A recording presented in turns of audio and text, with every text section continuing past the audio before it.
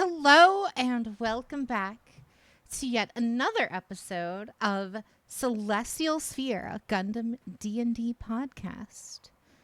I'm Jade Novanis, joined here as always by Agma Von Sect, Ashy of Hearts, Hunt Striker, and Ren Best Girl.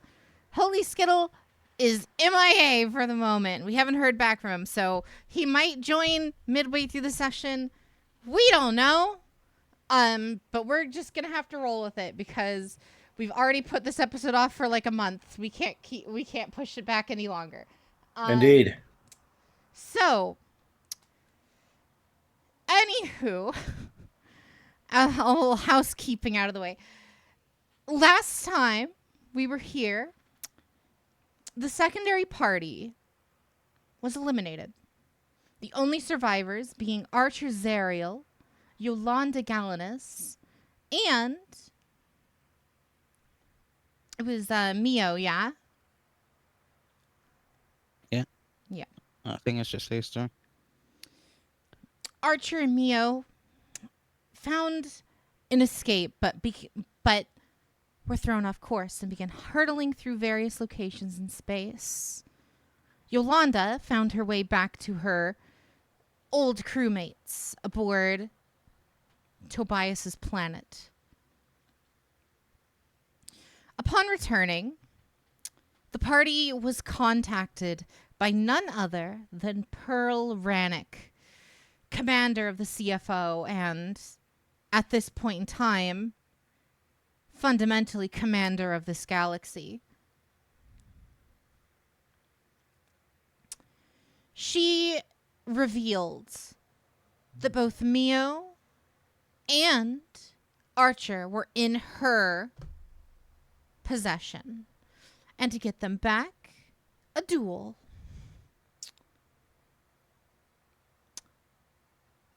She relayed coordinates to the party to meet them immediately. The winner would dictate the way this war continues. And the last thing we ended on was the party kind of trying to figure out where to go next. Who's dividing where who's going where, etc., etc. I will allow you guys to take the floor.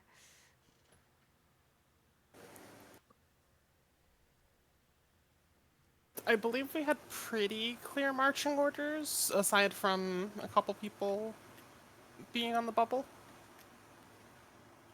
Right.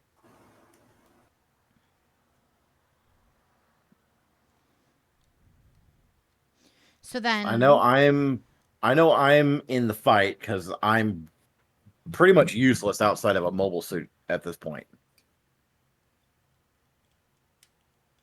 And then similarly, you had Friendo back, and they didn't know we had Friendo back, so that's just an extra body we can do something with. Mm-hmm.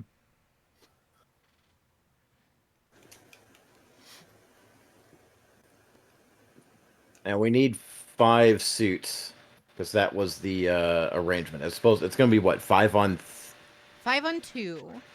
5 on 2, right? Because they're very confident in their one suit.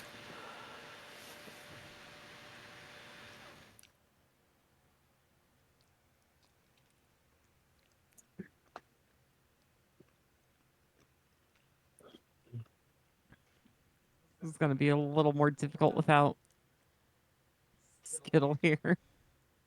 A bit.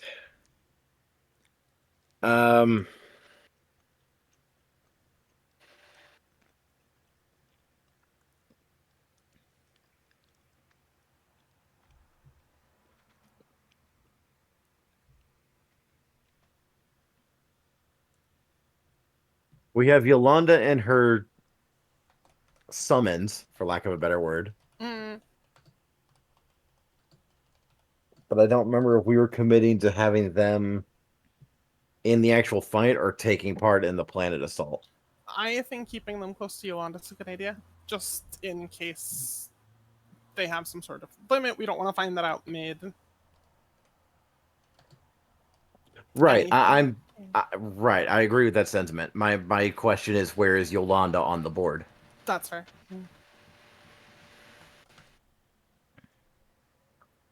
Because the only one I see that's definitely sidelined is Noah. Mm.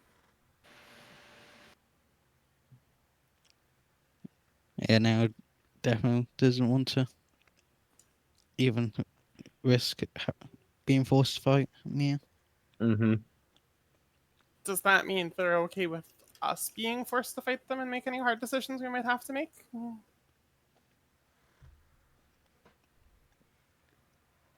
Ideally not, but at Well, least just how much now be able control do to. you want over that situation was kind of the question.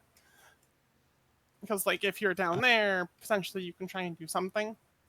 But if not, we Yeah, I might think have to make decisions in the moment.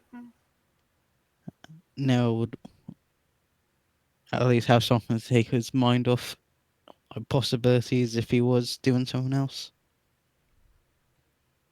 I have a plan for that. If we are operating under the assumption that the suits they're sending at us are going to be piloted by, like, forcefully piloted by Like they're just strapped in the chairs while Mio and remote controlled Archer, or something. Yeah. yeah, I've got an idea that should help get them out safely. Oh yeah, Augie, can you send me all 3 of your character sheets? All 3 of them? Yes. Probably. Hang on.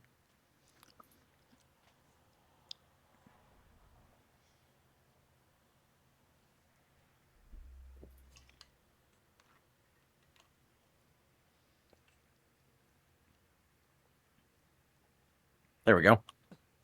Excuse me.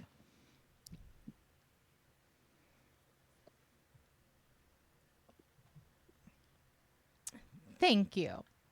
Continue.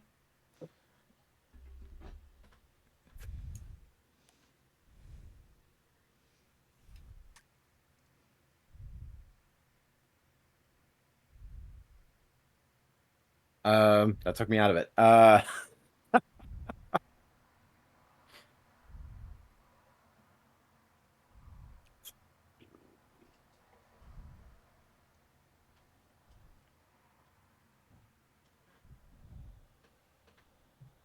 Yeah. So yeah, it just comes back to the question of who's going where, and that's really got to be between our remaining members.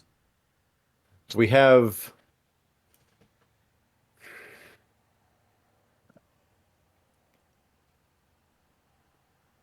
Tyon. Tyon's good in a suit.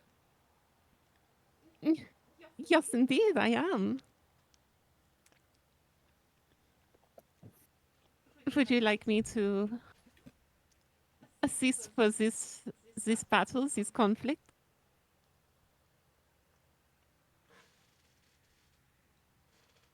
I would actually, since we don't know where the fuck Skittle is.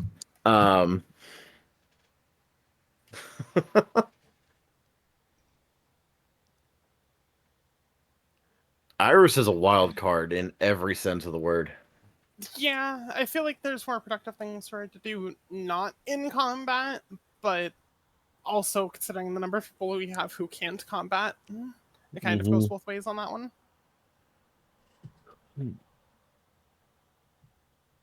It's like I don't think she should be in our front line, but also Oh, the a lot front of line's things could covered. be there. Well, yeah, that's what or more so like, in generally on the forefront of battle. Mm-hmm. I think she's the least productive there, but at the same time,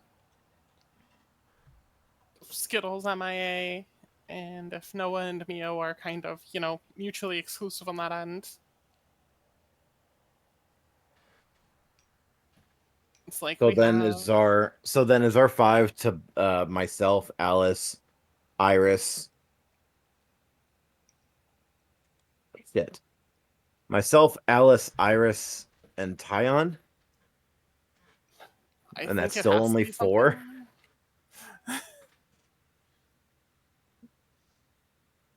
Which means if we have an away crew mission, it's going to be just Yolanda and Leo ?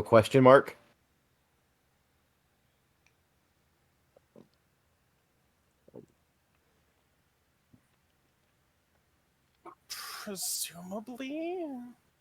It's spicy. Alternative is we send Yolanda and potential Ghost to forefront. You, Alice, Yolanda, Ghost, and then potentially Iris or Tyon for 5.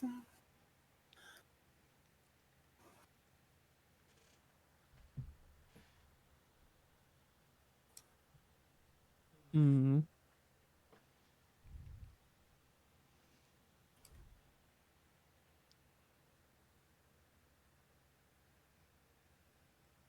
I personally am cool with whomsoever you want to send in battle. I'm impartial to either one.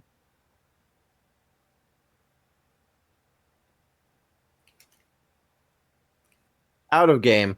It's either Ren pulls double duty or Huntail plays. Like, that's where my head's at.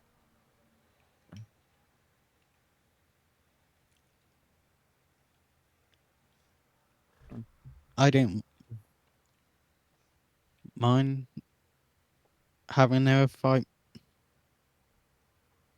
Man,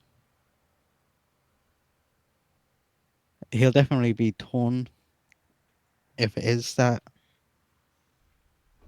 But if he's confident in the plan, yeah, to save them if they are piloting, it should be fine.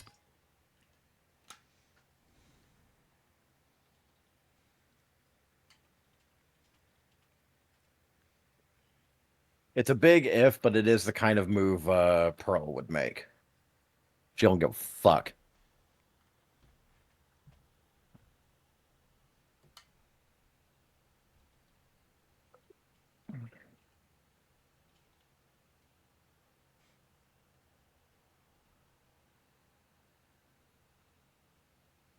Yeah, I don't think I have anything else to add to this.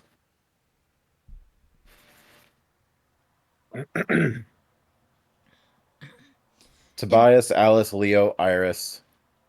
Tobias, Alice, Leo, Iris. Sorry, I'm counting Leo. Tobias, Alice, Iris, Noah, and Ren's character of choice. Yolanda or Tyon. My personal preference would be Tyon, because I know how hard Tyon hits, but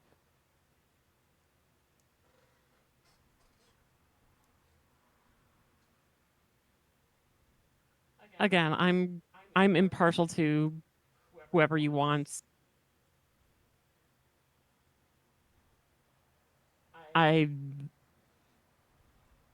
personally leaning a little more towards Yolanda, but if you want Tyon, I'm 100% down with that. I have another reason why I kind of don't want Yolanda in the fight. If she pulls a summon, who's to say that Pearl isn't going to cry bullshit and immediately throw the duel to shit? She's Also, gonna use we need to underhanded. find. Yeah, She's gonna be underhanded regardless. yeah, you're right. I know you're right. We also need to find a suit for Yolanda to sit in. I don't know if we have another suit.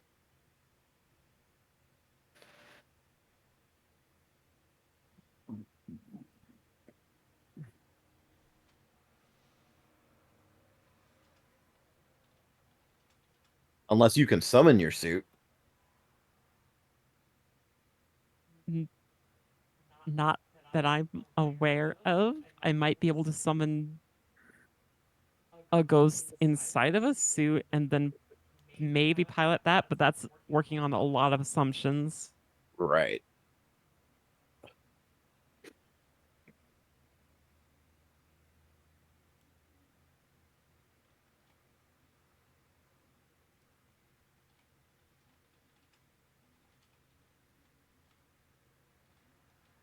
Let's just say we'll throw Tyon into the ring.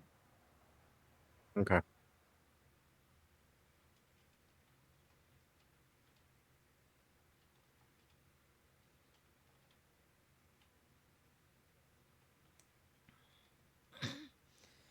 So that's what you're all doing. You're gonna Yolanda, Tyon, Iris, Tobias, and is that 5? No, Tobias, Alice, Iris, And Tyon, and Noah. Alice. Okay. Oh, so Minus Yolanda plus Noah. minus Yolanda plus Noah. Okay, Just so everyone gets to play. fair. All right. So the combat team has been situated. What is Yolanda going to be up to, or do we not want to worry about that right now?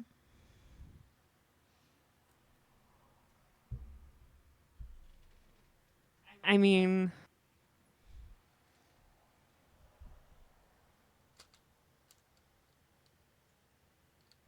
do we want to spend? How much time do we really want to spend worrying about it? Because realistically, if we try to discuss that plan of attack, this could go on for like another 20, 30 minutes. Mm-hmm. Fair enough. All right, moving on then. It's also assuming that attack has a plan. It's just get in there and break shit.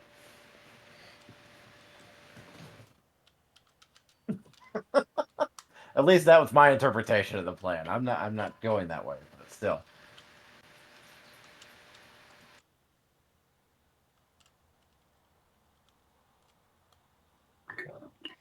All righty then.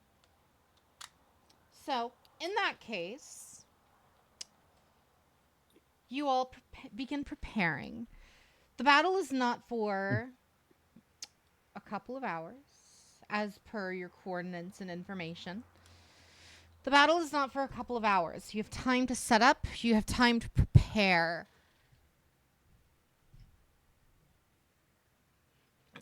Given the abilities of Tobias's planetoid, any upgrades or anything you would like to do now would be in the ballpark of usable.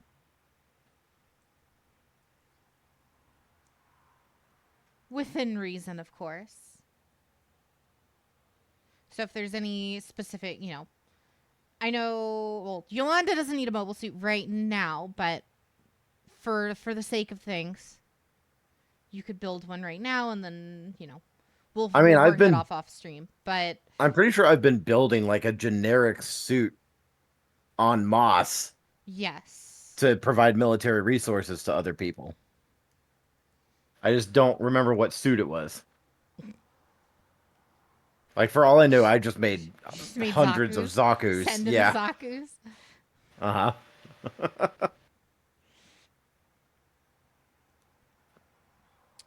All right. So, does anyone need upgrades? Iris, Tobias, Noah, or Tyon? I've had time. All my upgrades have been taken care of since last session.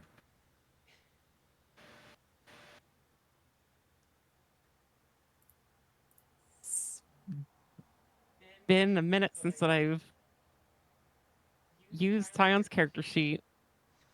Uh-huh.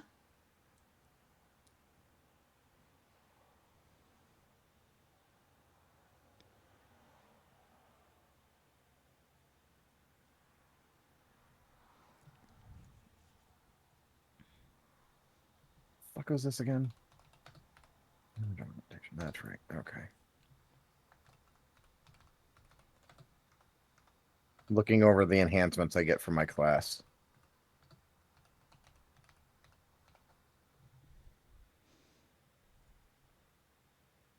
Okay. Nope, I've already applied everything. Okay.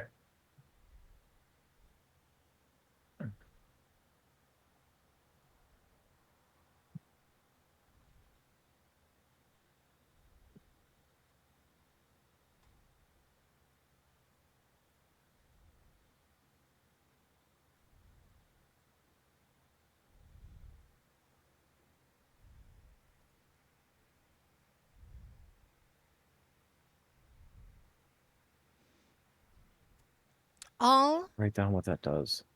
righty. So in that case, if no one's got anything, it's time for you guys to all get a long rest. As you you board the ship, because I'm assuming you're not going to take the entirety of Io. Yeah, land Io on the planet. Fight them with Io. I mean, Oh no, I'm absolutely taking all of Io. okay, that's what I was asking. So you take all Like of it's still Io. going. It's still going to be far enough away to not be involved in the actual fight because that was their request. Indeed. But at Alrighty. least close enough to where we can call it in if they decide to pull some bullshit. Alrighty. So, in that case, you guys make your way to the coordinates given to you by Pearl. After several hours, you arrive, surprisingly, with seemingly no one in the immediate vicinity. The coordinates led directly to a large asteroid currently orbiting Venus. On the planet's surface, you can see a myriad of large-scale military bases, seemingly huge in number, almost encompassing the entire planet itself. Orbital cannons, satellites, etc., constantly fluttering by.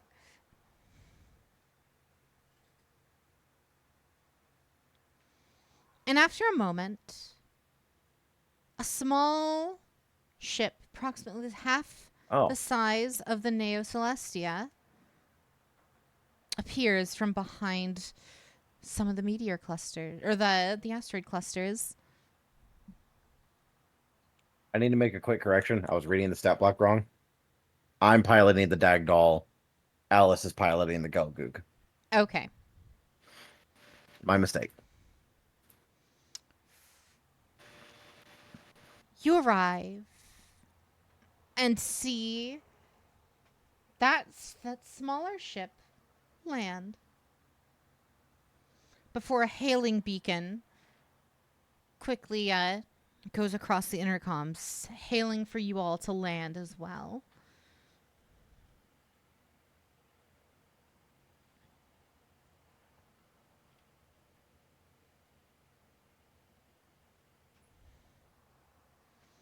So are you guys gonna like get into the ship and disembark on the meteor? Like, what are you guys doing? I'll just go in straight with the mobile suit. I don't want to hazard the ship. Yeah. All right. You guys fly your mobile suits down. Upon making contact with the surface, you note it's an asteroid. It's barren, covered in any number of craters. This is a very rocky terrain, very apt for a hit and run tactic style of combat. Before you stands two mobile suits. One, your party recognizes. The others is new to you all. The one you recognize bears a striking resemblance to the Gundam Hashmile that you've encountered in the past. God damn it. Just because Skittle's not here. Dibs. Dibs. I call dibs. The other is a tall. Well, no. The other is a small, not very imposing mobile suit.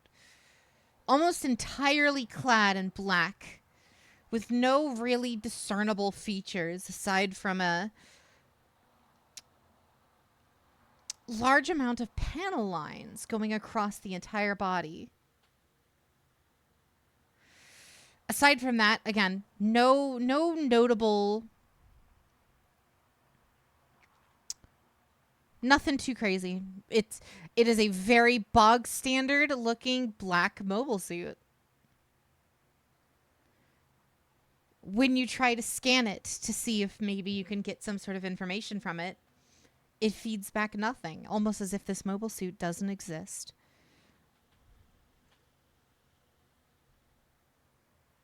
Concerning.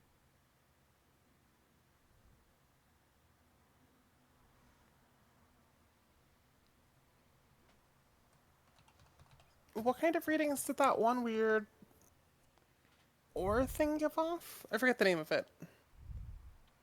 The Mars garbage rock. Could it be that stuff? Permit. Permit Could it be permit? on the black mobile suit? I don't remember if we ever got clear readings on that. Because I know it could be digitized. Scanning this black mobile suit for any traces of material that you are familiar of, it actually pops back an answer. Your mobile suit's scanners detect a large amount of Minovsky particles coming from that mobile suit.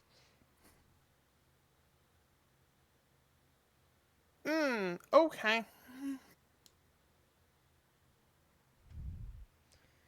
Notably, I want to correct myself on its appearance. The entire mobile suit is black with very small gold details, particularly around the chest. Why am I picturing the Gawain from Code Geass? Well, time to lose your other party. Oh, does Ashley know which one I'm describing?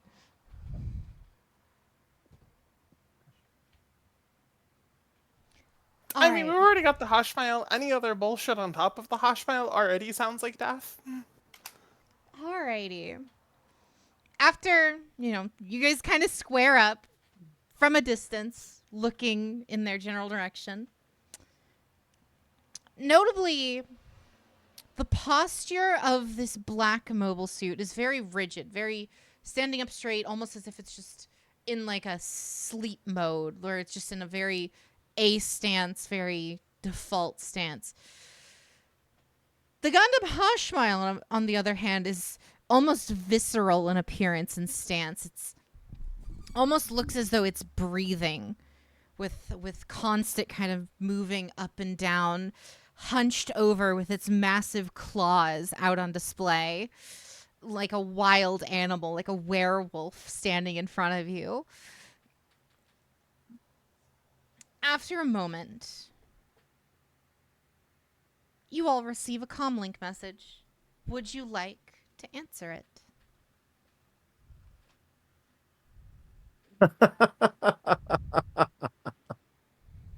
Oh. Yes, but I want Alice ready to hijack it. Okay. Answering the message, you get who else but Pearl Ranic.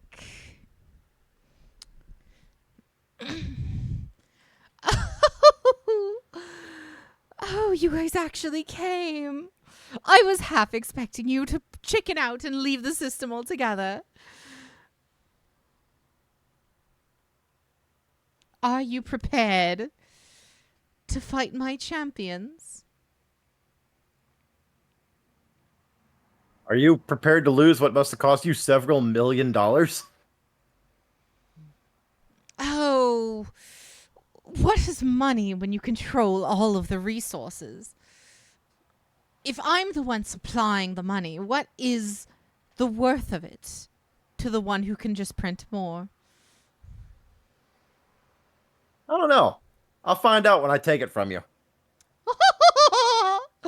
You'll have to make it through these two first. Now then.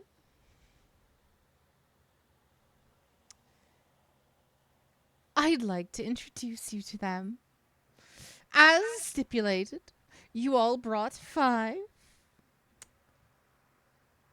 And I brought my 2.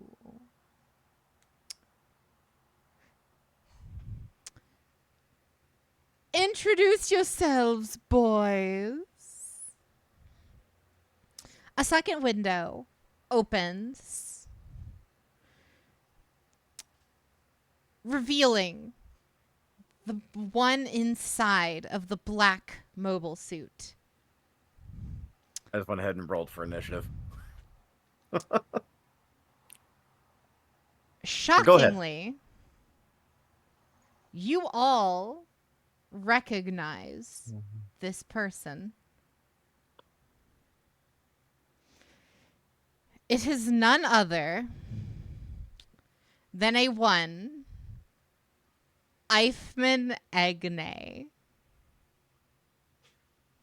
And that's the one inside of the black unit. That's the one inside of the black unit.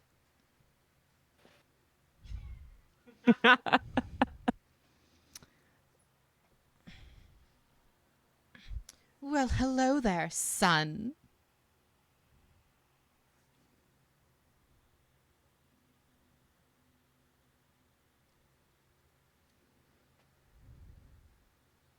Wait, I thought Ivan died. I thought he got splattered across the pavement.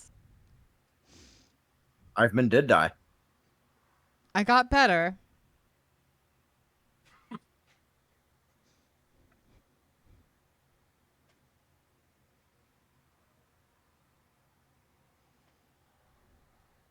Now then, son. Is there anything you wish to say to me before we begin? Not to you. Oh. Pearl, this is probably the saddest attempt to try and play mind games with somebody that I've seen in ever. Oh. Please, pray tell, it's no mind games. That truly is your father in the flesh. Or what was left of him, anyway. What little we Probably, could but a scrape mind off the game is a mind concrete. game. Doesn't matter how much physical evidence you put behind it. A mind game is a mind game. Save the mental gymnastics for people that are actually dumber than you. Oh. So you don't care. You do not care. Oh, I care, and I will take my pound of flesh. But time and place, and this is neither. You're just a cunt. Really? All right. All right.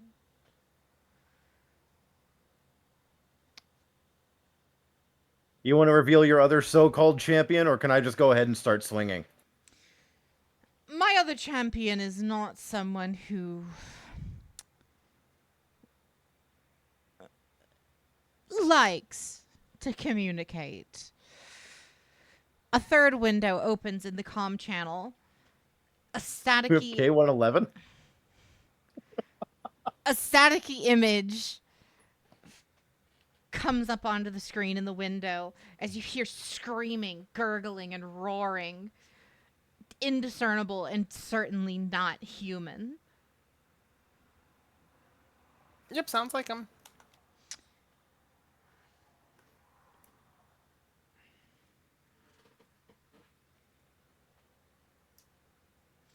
Now then, with all of the formalities out of the way, Formality is a word.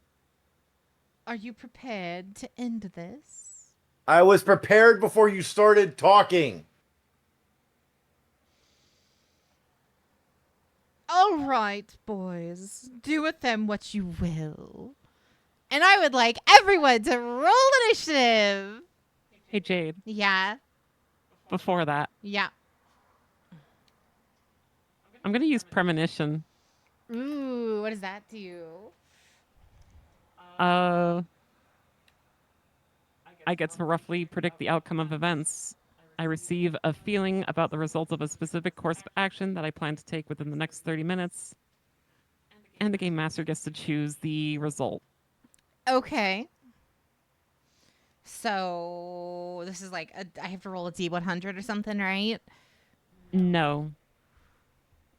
I just get to I tell you what the event that I'm my course of action, and you tell me either confidence, a good result, trepidation, bad result, ambivalence, good and bad, or nothing. Okay. Um,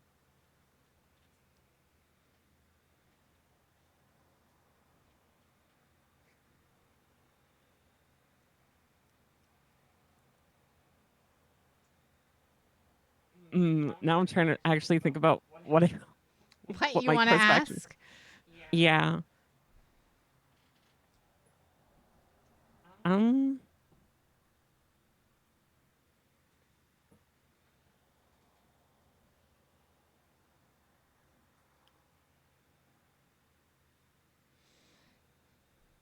I want to predict the outcome of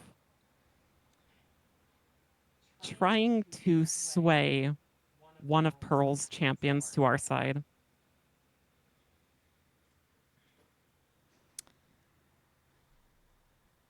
Unlikely.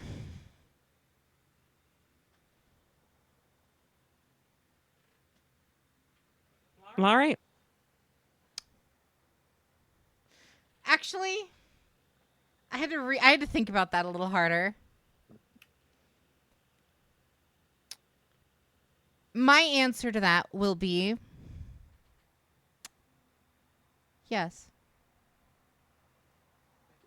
Confidence, good results. Confidence, good result. Yes.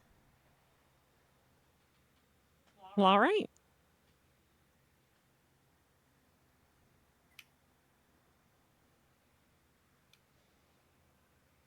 All right.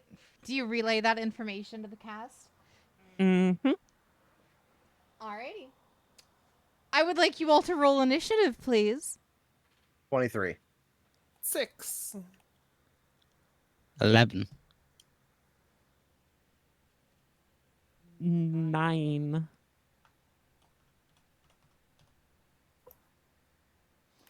All right, so it would be Tobias. Then Noah with the 11 would be next. It's a miracle. How do you have so much initiative? That makes it a +5, and then I just have a +3. Fair enough. And then that would be Tyon then Iris.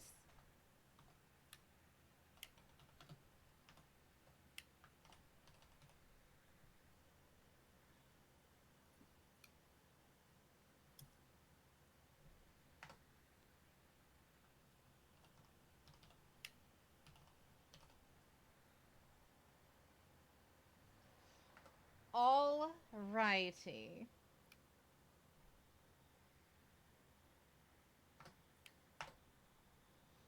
God damn it.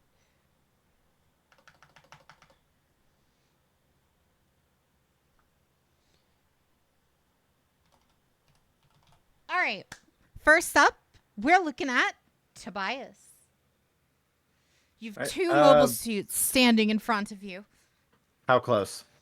Approximately 40 units.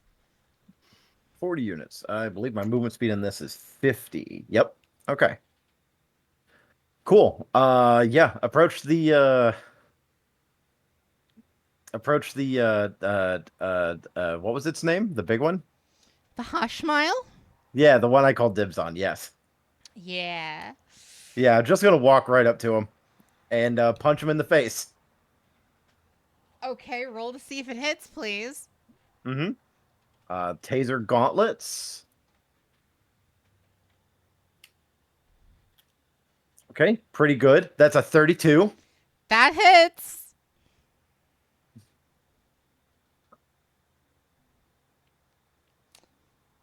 Now, what kind of damage is this? Electric. Okay. Also, a mechanic for this fight in particular. If you are targeting the hash mile, you have to tell me what part of the body you're targeting. I did say his face. Yeah, you did, which is why I accepted it. That is 32 points of electric damage. Okay. That's gonna get halved because he's fucking resistant to electric damage. Really? That's surprising. I fucking do it again. Okay. Yeah, I'm going to assume an 18 doesn't hit. That does not hit. Uh-huh.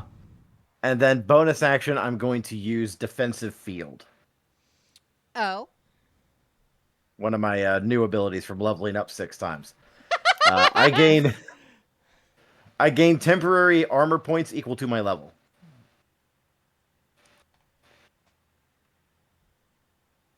Okay. And that's my turn. That's all I get. All right, Noah, your turn.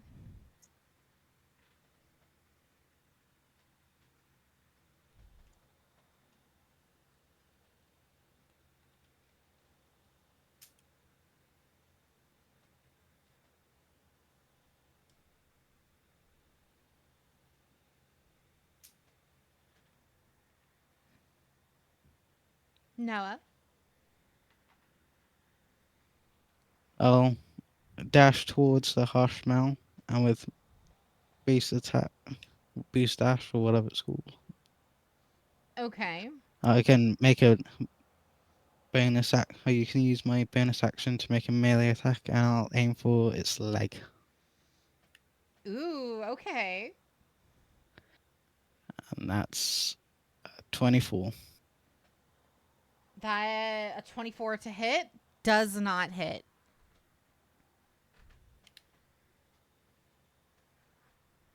I'll end my turn then. Alrighty. Next up is the Hushmile. I'm going to need all of you to roll me wisdom saving throws, please, as the Hushmile rears up and lets out a blood-curdling scream. Notably, the two who are within melee range take this at disadvantage. Or, well, yeah, disadvantage. Okay. That's 7.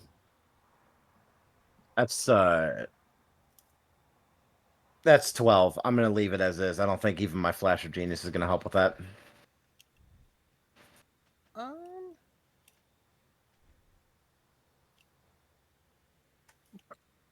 It's 11. This is a wisdom save.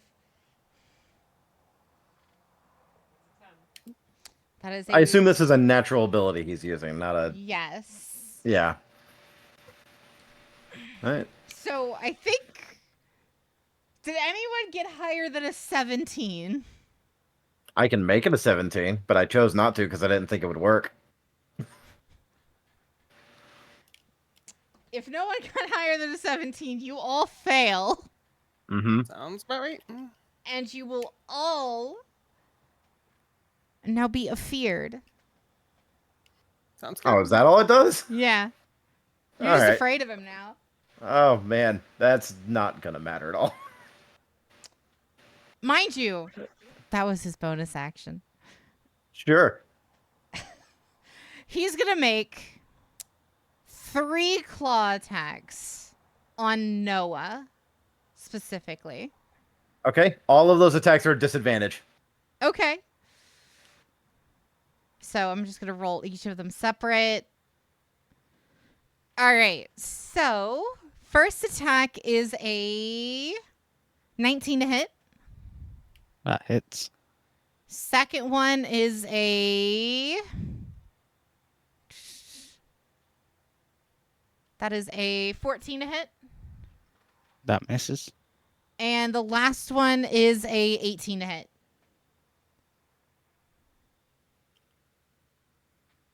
That hits. Alrighty. But I can use custom phrase and use an inspiration die to roll. It reduces attack roll. Yeah. And what is it now that I'm a higher level? So D12.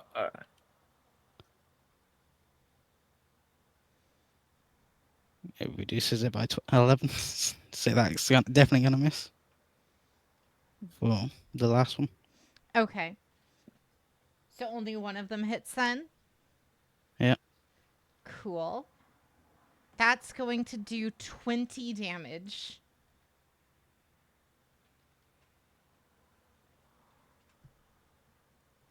That one attack's going to I do... will live with that. Gonna do 20 damage. Next up is Tyon. This is that little shaman boy.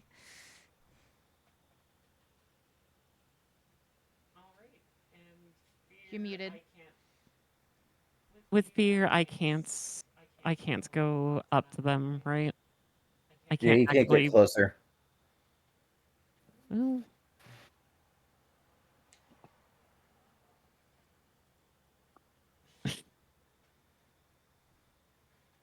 doesn't help me considering I'm a melee unit.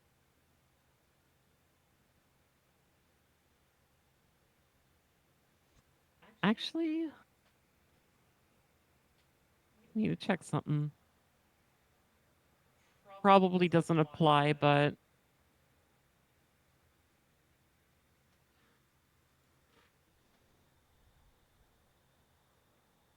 no, it doesn't apply. Never mind.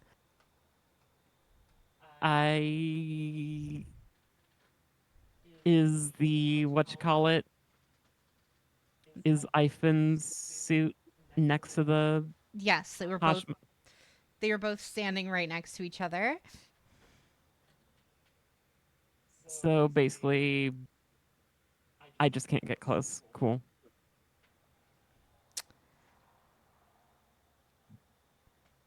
Do you have anything though?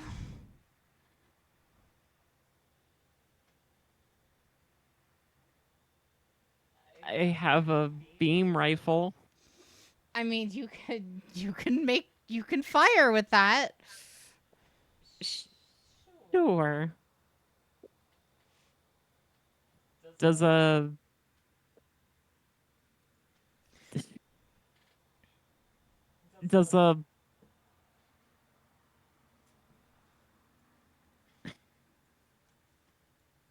hang on, that's a dexterity weapon. Listen, my character sheet is all kinds of messed up.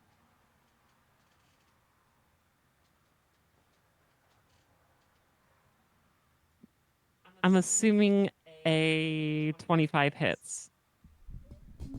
On who? I'm gonna shoot Eichmann. Okay, you're gonna fire at Ifan's mobile suit.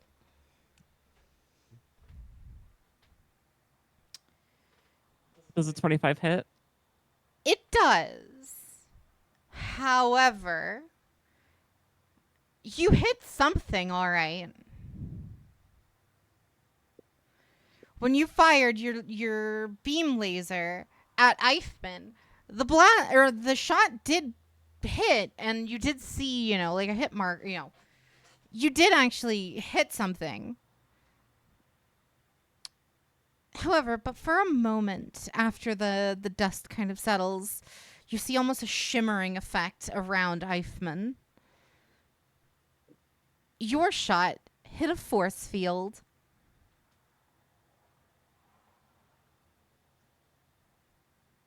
Cool. Roll damage, though, please.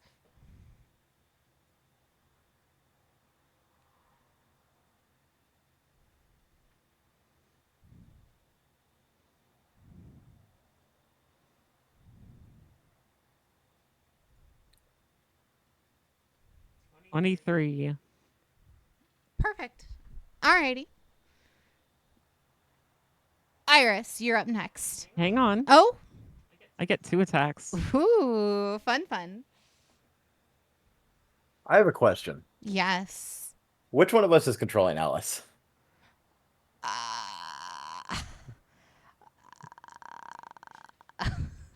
That's a toughie.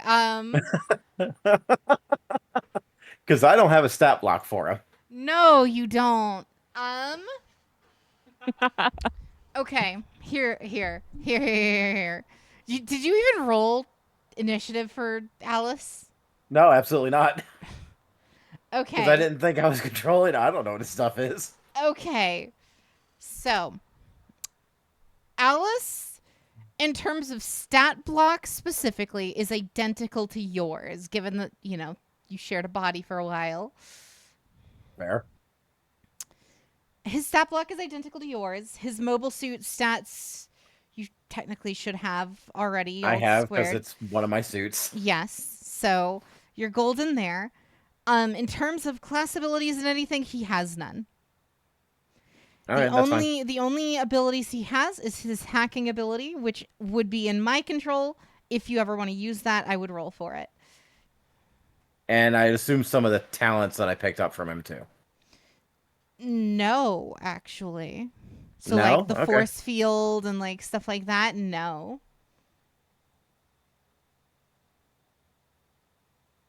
I'll be honest, I don't know where that force field went. It's just gone. I mean, you have it. You just... I mean, on my page, it's gone. Oh, I see. It is reduced to atoms. I don't know where it went. Retcon. Alice will Anyway. teach it to you again. It's because your robot body can't do it. It's fine. Yeah. All right, well, let me roll an initiative for him real quick, then. Okay. I'm going to put 20. Alice at the end. Since we're already almost through the first attack order, just so we don't fuck anything up. Uh-huh. My second attack does not hit. No, it does not. All right, Iris, our innovator, you're up next. Side question on that fear effect. Has anyone who was infected with it had to roll at the end of their turns So, to overcome it? yes. So, at the end of each of your turns, you roll a wisdom once more to see if you break it. Nope. So, Ren, Noah, and Tobias, you guys can go ahead and roll again. You Well, don't have a turns yet. he went after us, so Oh, yeah, that's right. Never mind. Yeah, it was only for people who hadn't had turns yet. we It's just ran Ty up and and Iris. rocked his shit first. I mean, still worth doing in that regard then. Just makes it more important, I think. All right. I'm not gonna get into melee, but I'm gonna move closer, like half, and then I'm just gonna overcharge Excalibur. Okay. And I'll kill him with it next turn. Towards the black and gold one. Sure. All right. So is that the end of your turn then? Yeah. All right. Eichmann's turn. And 14 versus the fear effect. You no longer have it. Cool. Eichmann. Eifman's mobile suit begins moving. It takes one step before blinking. It quite literally disappears before your eyes. Appearing behind Tyon specifically. The mobile suit is going to take its anti-ship sword attack on Tyon.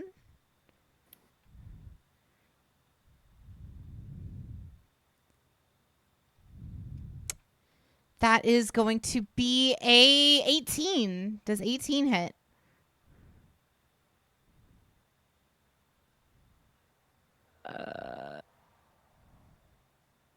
Hang on. Flash of genius.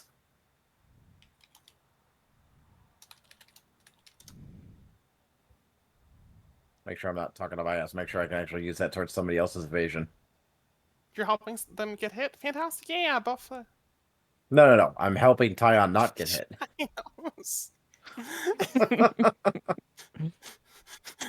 Inspiration. Get hit hard. Give the boss No, inspiration. It's it unfair doesn't. fight. It doesn't apply to this. Never mind. I can't use it for that.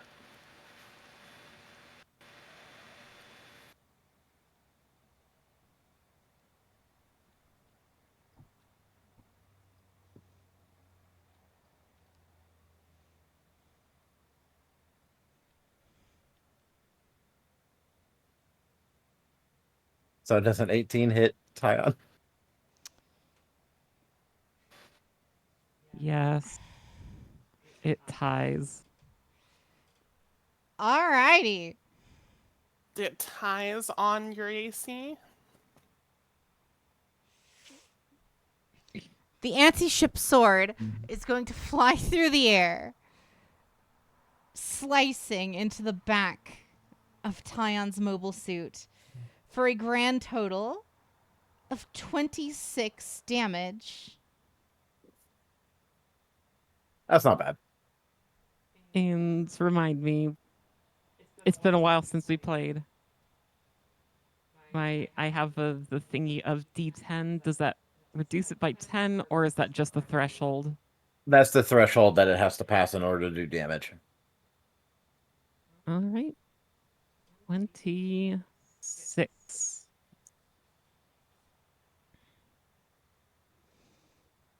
That's the end of his turn. And that was the gold ship, black and gold. Yep. Alice, you're up next. All right. Alice is going to close distance with Eichmann.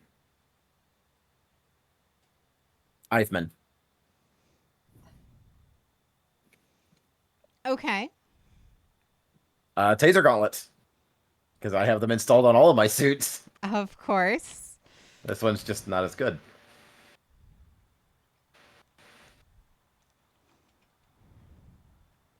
$20. 20 does not hit. 22. 22 does not hit. Okay. He doesn't have any spells either, does he? Alice, no. Outside of Oh, his he doesn't hacking have- ability, that's all he's got. Yeah. Is this the one that has the funnels? Nope. Alrighty. Alrighty, Tobias, Huh. you're up next. Alright, cool. Well, back to punching this thing in the face. Oh, hang on. Fear. I didn't actually roll the fear check for Alice. So, there's that. And then end of turn 19 to break. Oh, yeah, that's fine. Okay. You break. So, Tobias now.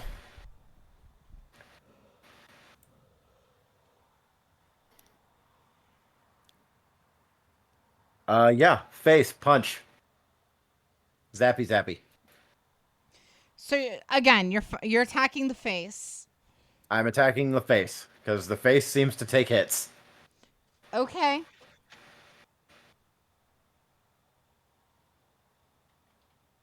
Ugh. I am going to assume a 19 doesn't hit. No. Second attack, that's not better. That's a 20. Nope. Do I have a good bonus action I can use? I only get 2 attacks.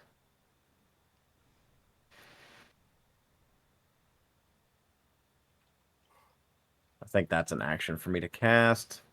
That's an action. That's an action. That's an action. I wrote down what these two were, but I didn't write down what action they were.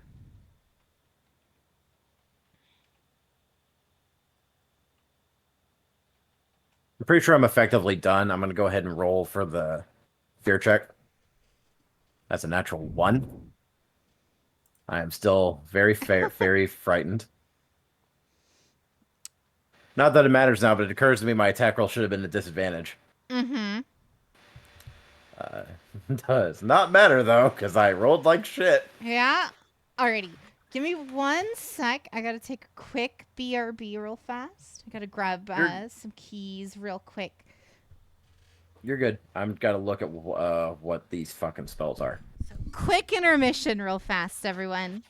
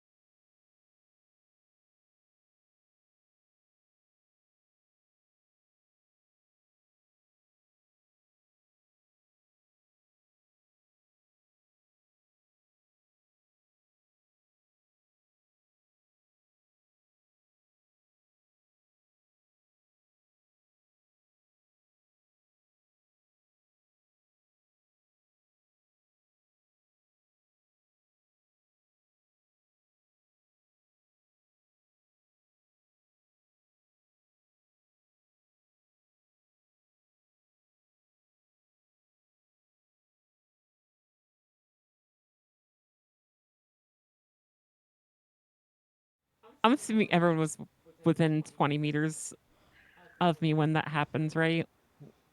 Of what? Specifically Tobias and um Noah. Noah are not. Okay. Then I guess Ashy and Ayla, you get to your save for that throw. You have a +2 to that save if that affects the outcome at all. Neat. I'm gonna go with Alice has already broken it, actually. Same. Alrighty. So, Tobias, that ends your turn, right? Oh yeah. Alrighty. So, Noah, you're up next. I do a melee attack on the Hushmail's face. And since it's at disadvantage, that's a 20. That does not hit. Okay, I wasn't thinking it was going to hit, but at least now I can use Jet Stream attack when I use my action to make a single melee attack and miss one of my allies within 60 units. Can use their reaction to make a melee attack on the same target with advantage. Oh, that's me.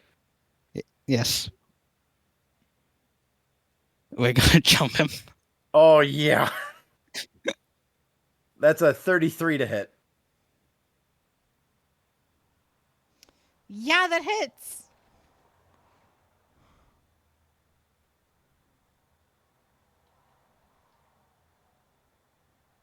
For 26 damage. You said he's resistant to electric, so half to 13.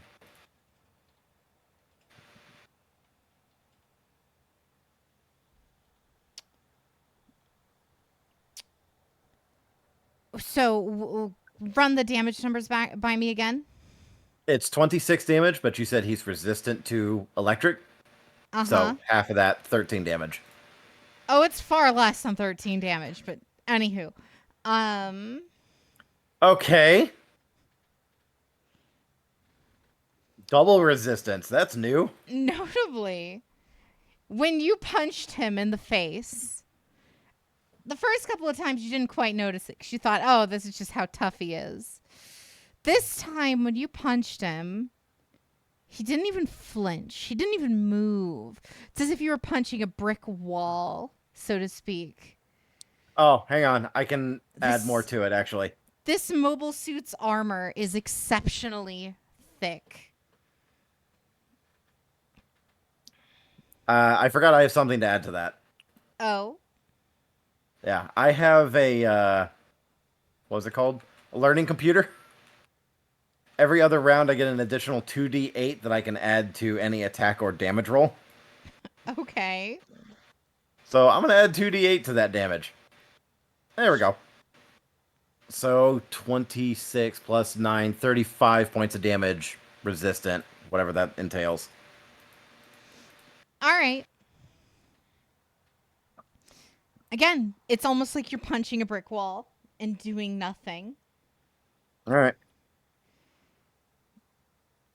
If anyone wants to do a scan on the mobile suit, that might be, I mean, I've already used my reaction to punch him in the face. fair enough. Is that the end of Noah's turn?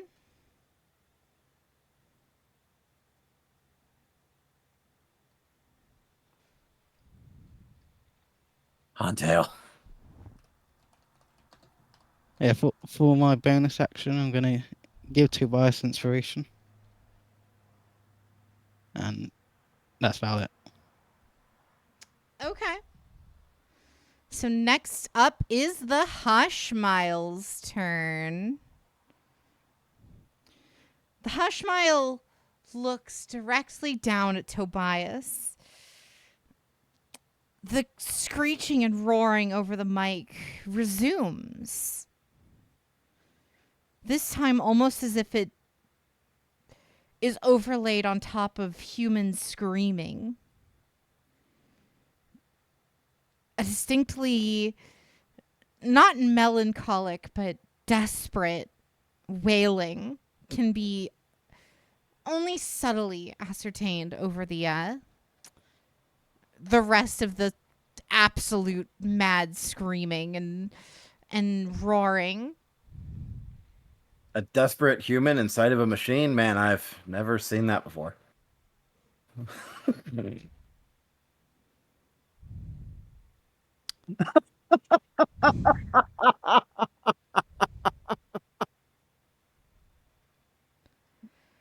mobile what's he doing to my face? The mobile that joke. suit's going to look at you And let me pull up the spell. I'm not gonna do that one because that one would just kill all the fun.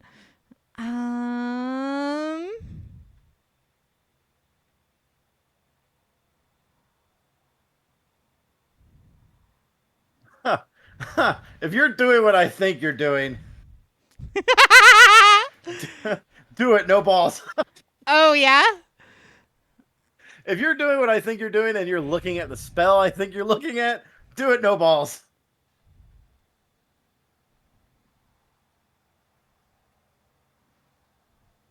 Okay.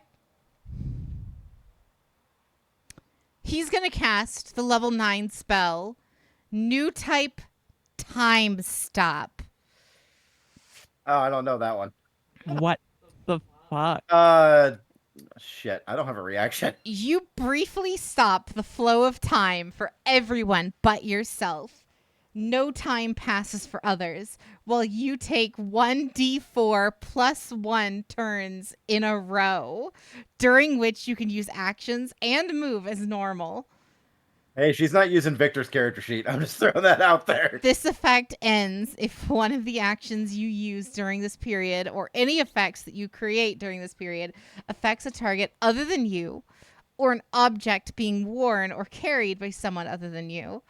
In addition, the effect ends if you move to a place more than 1,000 meters from the location where you use it. So let me roll my d4. Mm-hmm. That's 4. I thought you were gonna hit me. I thought you were gonna hit me with the new type stupid spell that I abused. Well, I have 5 turns left to do that, so... Well, you can't affect anything besides yourself in those Yeah. 4 turns or Mhm. 5 turns. For the first turn, he's going to use his action and his bonus action to charge. For his second turn, he's going to use his action and his bonus action to charge. For his third action, he's going to use both to charge.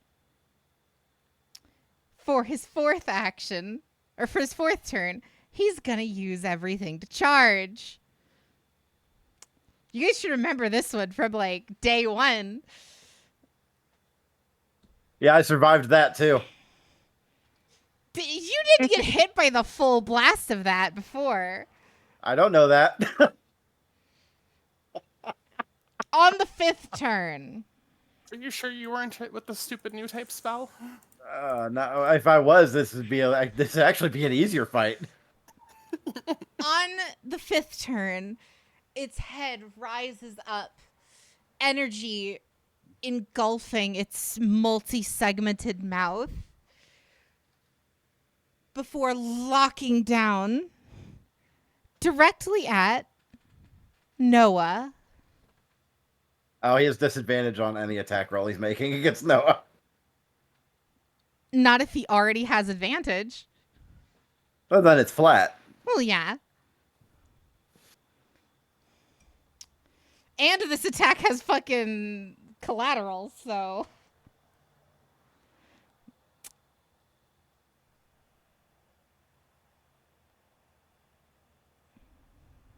What is this ability? Does a 20 hit? Yes. But can I see the attack? You cannot, which means you cannot react to it because time is frozen. The only time when time breaks is once I interact with something. Correct.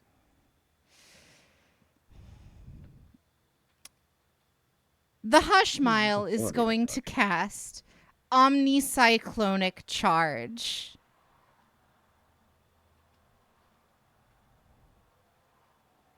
And it hits.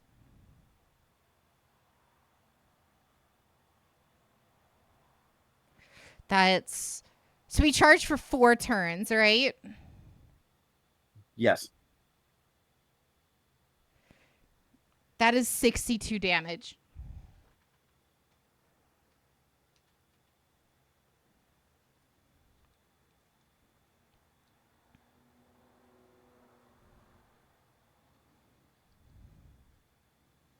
It's just a scrape wound. A flesh wound. And every target within 20 meters or 20 units is Just going me. to take half that damage. Out of curiosity, what type of damage is that? This is piercing damage. This is piercing damage. Okay. Yes, Gotta check my Ren. stuff here.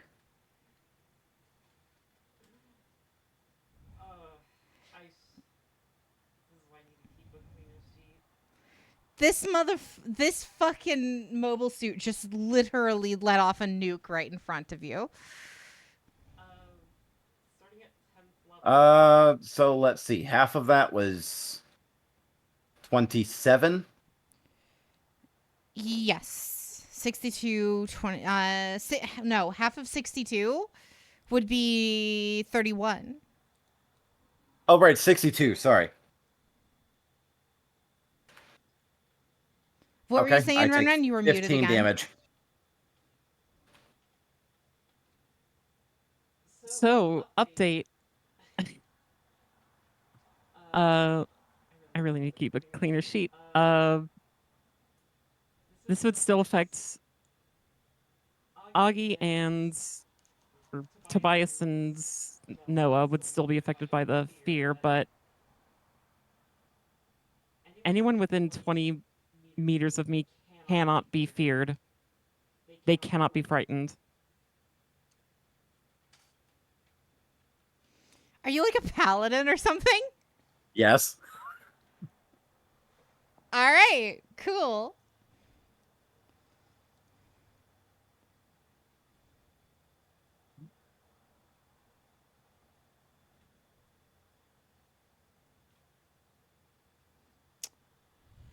Alrighty. That is the end of the Hushmile's 5 turns. Mm-hmm.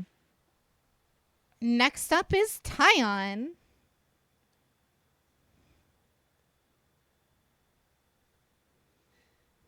I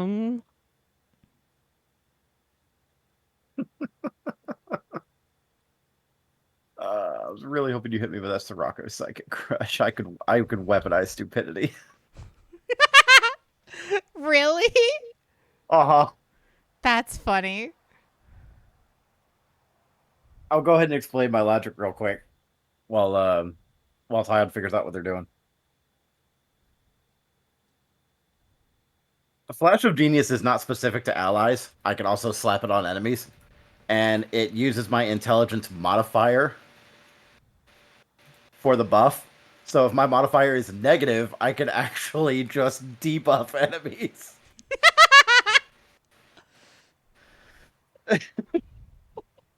Just -4s instead of +5. Yep. Yep, it's literally weaponized stupidity. Flash of genius. You tell them to swing their sword better. Notably, after that attack from the Hushmile, all of your mobile suits have received a notification.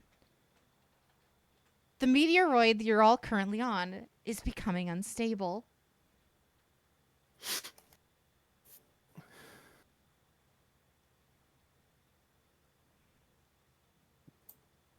We've survived worse. I mean, you literally have the woman who blew up the moon on your party, so you know. Uh-huh. I did it. I knew I could do it. I'll do it again. I'll fucking do it again. All right, Tyon, your turn.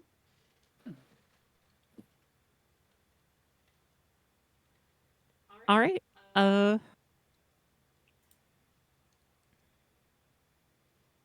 Extra attack does not give you an extra action, right? Correct.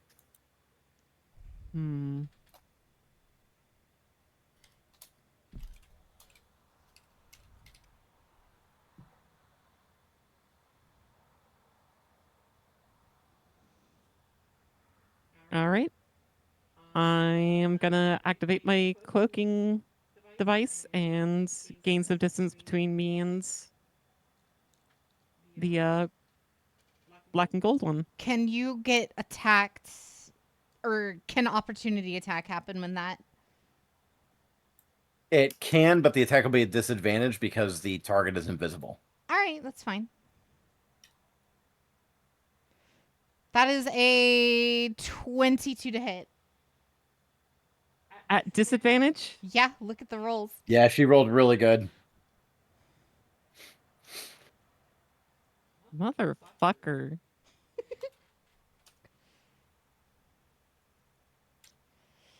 That is going to be 15 damage.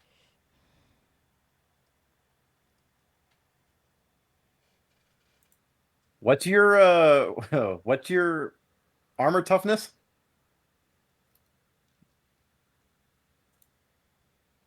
It's a D10. Your AT score?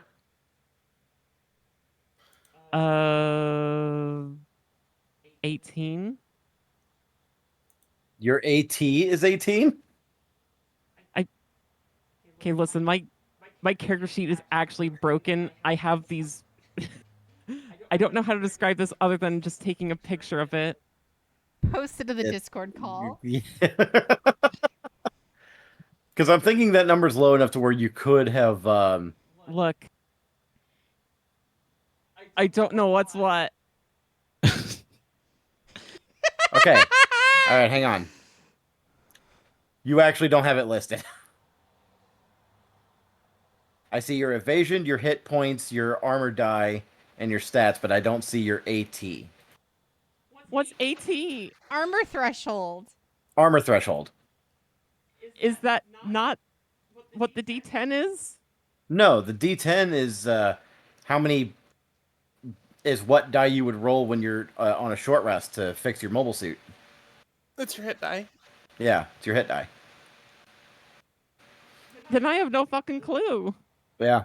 Do we, Jade? Do you have the original stat block It for is the death probably scythe? 10 or 20. I actually should. Give me a sec. Yeah.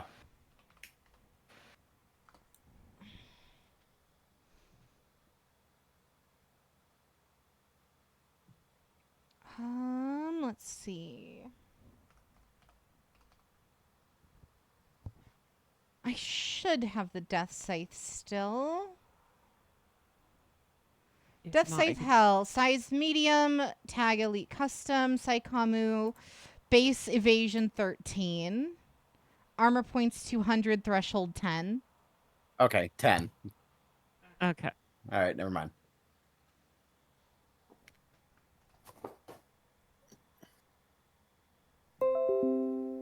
And does getting attacked end the greater invisibility? Oh, absolutely not. All You right. would, I think, is Greater Invisibility a concentration spell? Yes. Yeah. So you will have to make a Constitution save, DC of 10, in order to maintain the spell. And I believe you're getting Iris's. No, you are Does- Tyon. Does that apply if it's built into the mobile suit itself?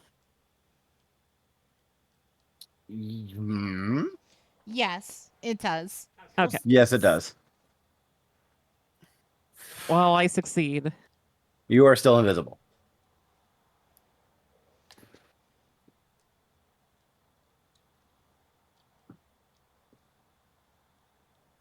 And that's the end of my turn.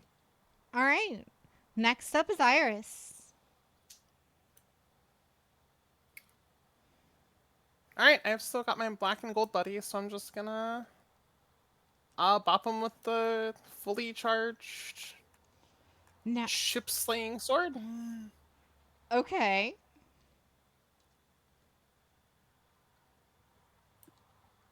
So it says hold one action to charge for a guaranteed crit. Is that guaranteed crit if I hit, or is that just end of sentence guaranteed crit? I'll allow the guaranteed crit. Like clarifying rules on that one. But yeah, either way. You had to sacrifice a whole turn to achieve it. I will allow it. Then yeah, double dice, right? Yeah. All right, we will take 1, 2, 3, 4, 5, 6. Take 77 plus 8. Take 85 slashing damage. Fun. All right. You slash right in to this black and gold Gundam. However, your blade gets caught in one of the gaps in the mobile suit's armor. That's all. I mean, good. I can just keep throttling energy into it. It'll come off eventually. I don't have to roll to hit anymore. I'm already there. Job done. Okay. Yeah, that's me good then. Pass Bardic Inspiration over to Tylon? Probably, right? Yeah. Eichmann's turn. The mobile suit looks at Iris specifically, as if looking their mobile suit up and down.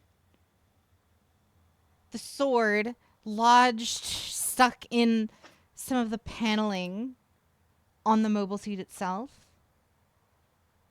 before the sword dislodges itself and falls to the ground, or, Iris catches it, whichever one. Because all across this mobile suit's body, the panel lines begin separating. You see panels open up, revealing.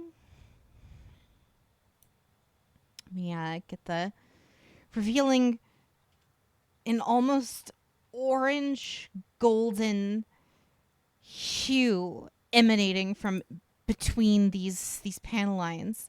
As the gap increases, you can see inside an almost shimmering gold orange material within, encasing the entire mobile suit. The helmet almost contorts for but a moment as the pale, black, emotionless face, without any discernible features, almost folds down into the neck area, revealing eyes and chin and your typical Gundam face. The single horn on its head splitting in half and opening wide, revealing a spiked V-fin. The mobile suit has easily gained almost half its height in newfound height, towering over even the Hash Mile. Your scanner now has found a link to what this mobile suit is. Before you, in Eichmann's hands, lies the RX-0 Unicorn Gundam 22 Banshee.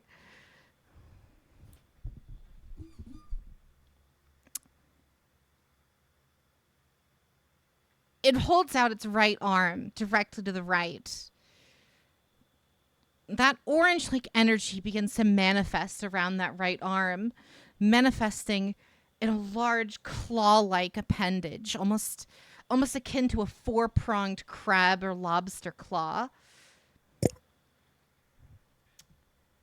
As soon as it manifests, the mobile suit lurches towards Iris specifically, attempting to grab with a 14 to hit.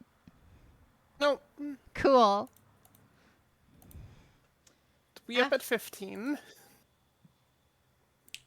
After doing so and missing, Iris, I want you to roll me an insight check, please. Sure. Oh, that's not T6s. One sec. 13, 19. With your abilities and your perception, you notice something is amiss. The attack hits you, yet it missed. From your perception, The mobile suit lurches forward, its claw barely missing you.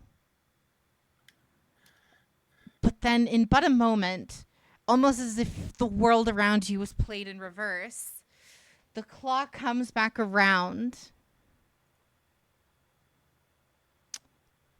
Does a 22 hit? Yes, it does.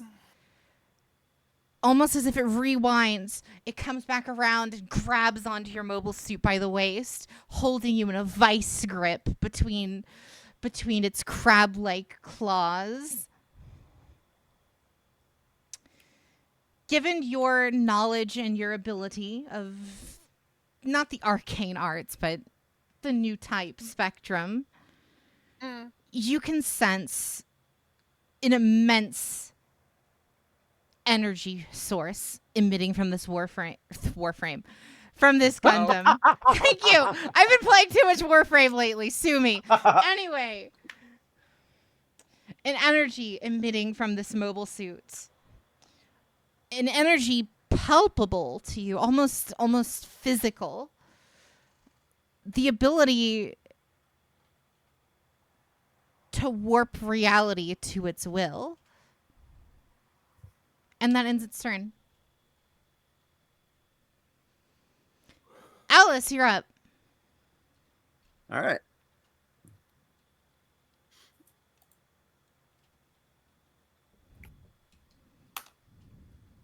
Yeah, Alice is gonna lay into him with the gauntlets.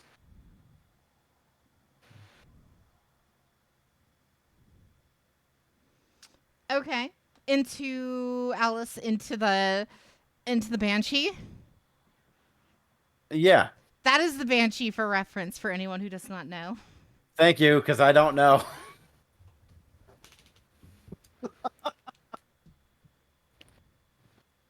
Natural 20, by the way. Yeah, that's a crit. Yep.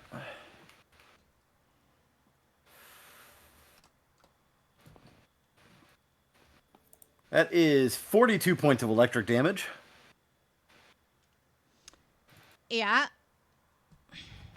Second attack. Not as good. Does a 24 hit. 24 does hit. No, wait. This is the non-crit. No. Yeah, no, this is the non-crit. I was just autopilot. No, a 24 does not hit. Okay. Alrighty. Is that the end of Alice's turn? He doesn't have spells, so he can't. He doesn't have spells or class ability, so yeah, he can't do anything else. All right, Tibius, you're up. Neat. I am not going to attack. I'm going to cast Exploit Weakness. On the Hush Mile. The Hush Mile, okay. Mm-hmm. And what does Exploit Weakness do? He needs to make a con save Okay. against my spell DC. That is a con save. That is a 28. 28. Jesus Christ. All right, that passes. I mean, you've been hit.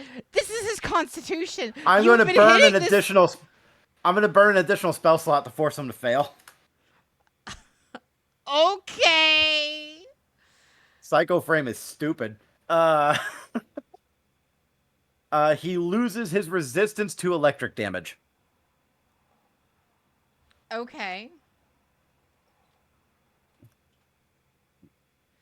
Interesting. Yep. Is that all? It's my action. I'll burn a bonus action to pop defensive field again. Sure. All Keep right. my AP up. Noah, you're up. I forgot to do the frighten saving throw again. Oh, I think also need to table. do this. You have inspiration die. You're If right, you I do need have an it, inspiration die. I will go ahead and roll it because I do need it. Okay. It's a D12 Yep. 17. and a 6.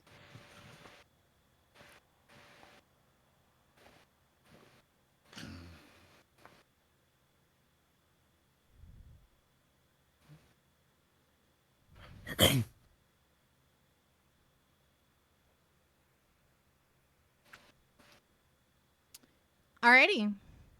So what were your callouts? 17 to break fear. You broke it. All right, Noah. What are we doing on your turn?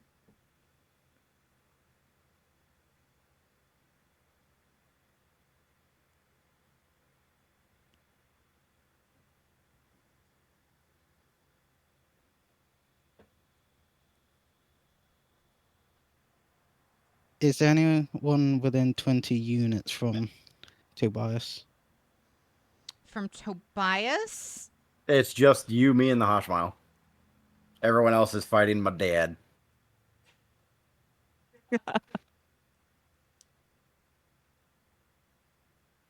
I can't spread my inspiration. How unfortunate.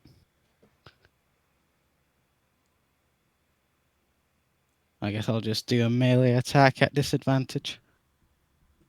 Oh, that's brutal. Okay, that's a miss, but that doesn't matter. Jet Savage. stream attack. Jet Dreamer Strike, let's go. Yep. With advantage, because I'm not afraid anymore.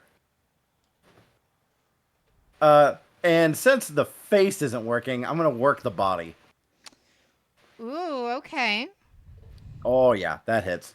So looking at the physical body, you do notice that the almost like where the cockpit opening area is, the front of the mobile suit is distended, almost as if it's like building up around the chest piece in a point. It looks almost not quite biological, but not quite man-made, almost as if the mobile suit itself is taking matter to reform itself in this area. Clear. 32 to hit. That hits. Oh, yeah. Added effect of my exploit weakness. Anytime they do take electric damage, they take an extra 3d6.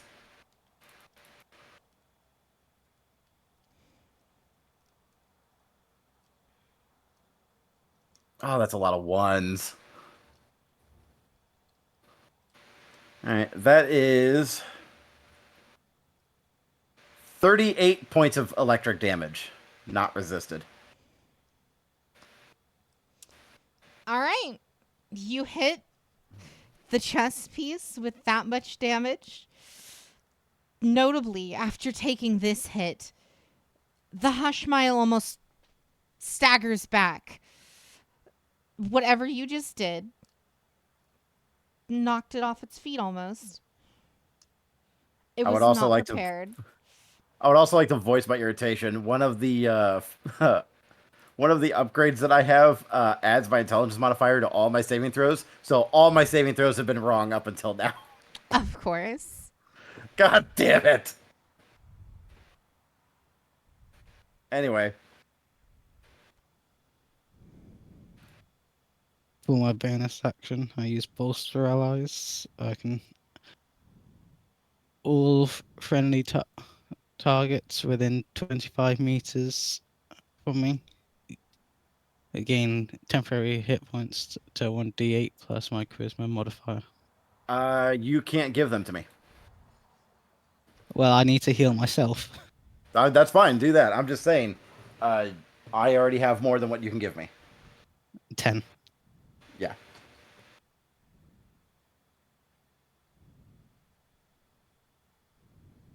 And I end my turn. Fun. All right. It's the Hushmile's turn now. It lets out a roar before hunching back over.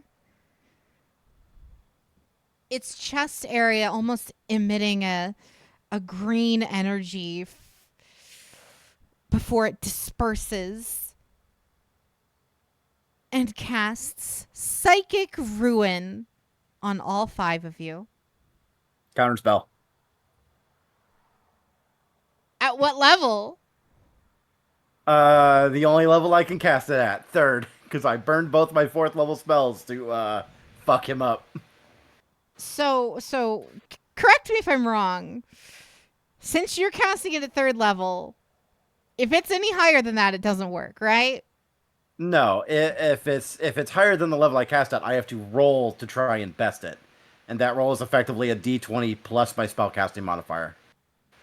Okay, so roll to see if you And best it. the DC is 10 plus the spell level. So if he's casting a 5th level spell, I have to roll a 15 to break it. Yeah. God, I am rolling like shit. Flash of Genius. That's an ability check. That counts. So that'll be 16. Probably not high enough. Not high enough, considering this is a level 9 spell. Oh, okay. You unleash the power this of your again. mind to blast the intellect of up to 10 targets of your choice that you can see within range. Each target... Oh, well, can't see, so fucking Tyon actually does avoid this. Haha. All right. Each target must make an intelligence saving throw. I pass.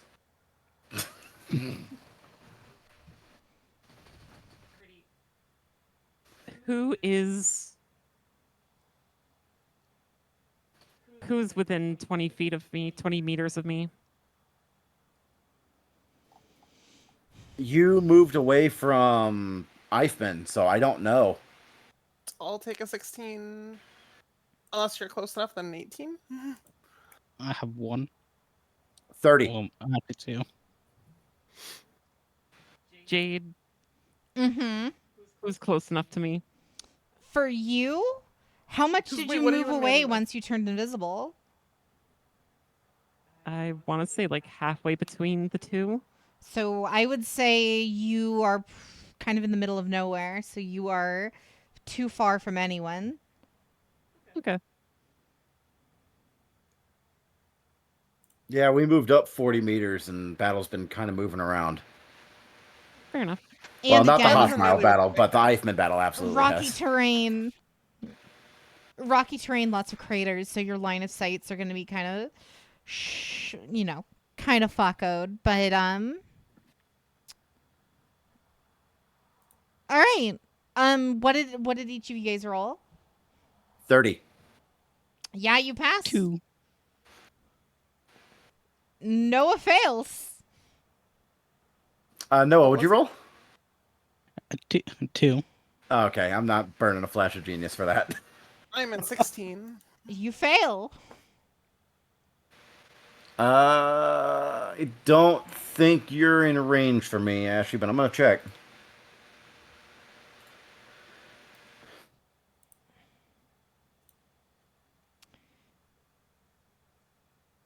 Alrighty. If you're in range, I might be able to save you, but I don't think you're in range. I'm next to the big black and gold thing. Yeah, I'm on the other side of the map. My range is 50 meters. I mean, if I'm not in range of you, I'm probably not in range of the other spell then. Like, Yeah. being blunt on that one. The range Oh, of you know what? psychic I've ruin already- is 180 meter or units. I've already popped Flash of Genius this turn. I can't. All right, so Unless it has a fucking chain effect that The I only- don't remember gaining. Tyon missed it entirely since he couldn't target Tyon. Tobias passed. And everyone else failed? Apparently. Alrighty. So, if you failed, you are now stunned. A stunned target can make an intelligence saving throw at the end of each of their turns, and on a successful save, this stun effect ends. However, if you failed, you also, on top of that, take 6d6 worth of damage to your I think flesh Alice bags, rolled. by the way. So that's going to be... Yeah, that's going to be 23 damage to your human forms.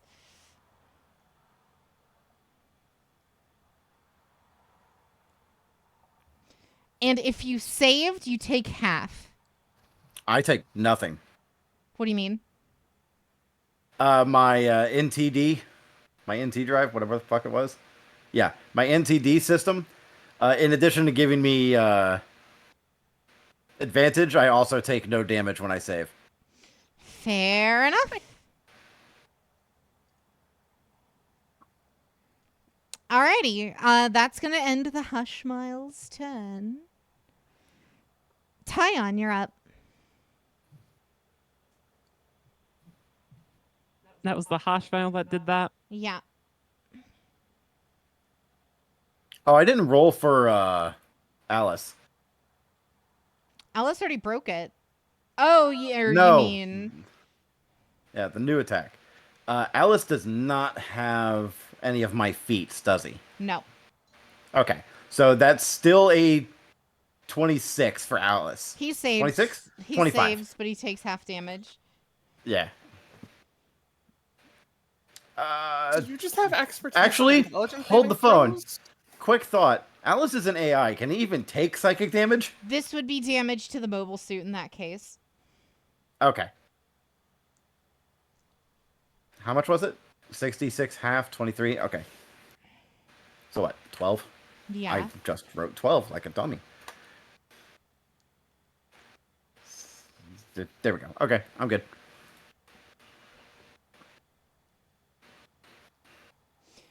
Alrighty. Tyon.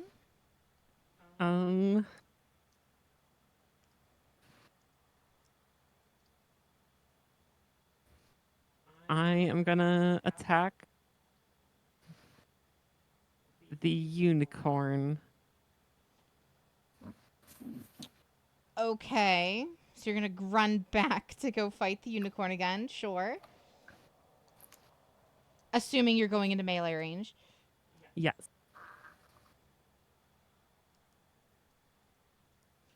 Alright.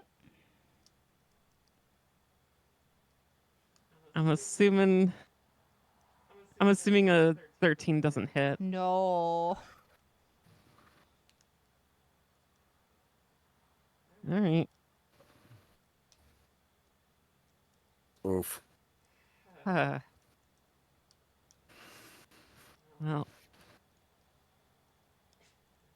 Are you sure you didn't want Yolanda for this instead?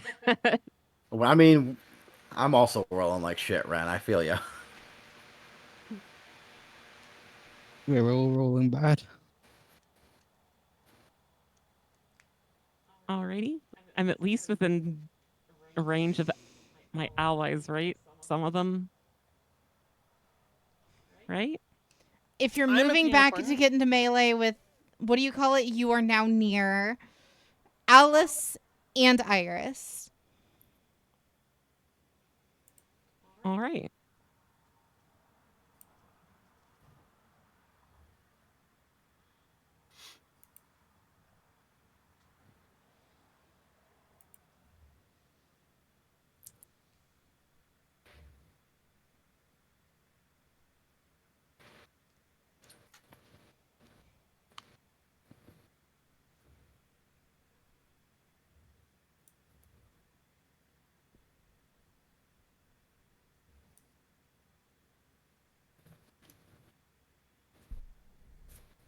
Run. That's the end of my turn. Sorry. Okay.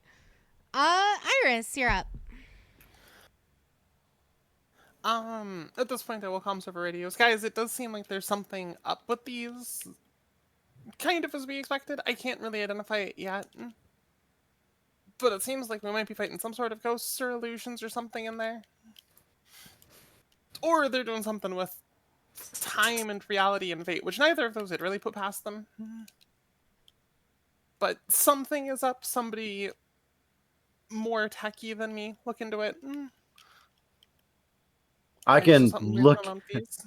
I can look into the innards of this one after I tear it out. Just be careful. It looked like one of them hit me and it seemed to phase right through. You, me, and Alice are the only ones having this conversation. Everyone else is stunned. Oh, I'm also stunned. Fair enough.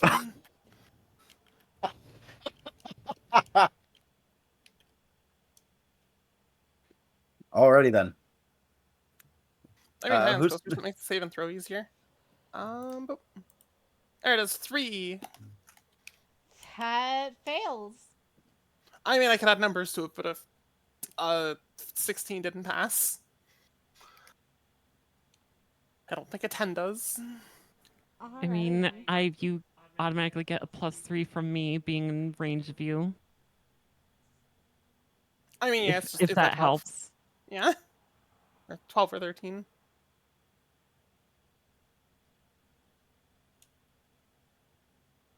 But yeah, again, 16 didn't, so shrug. All right. It is the Banshee's turn.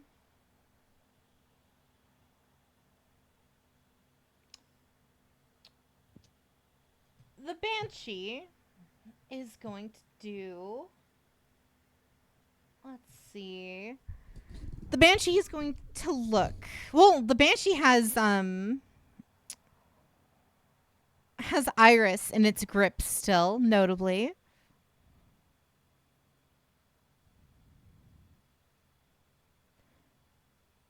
The Banshee is going to activate Multiverse Shift.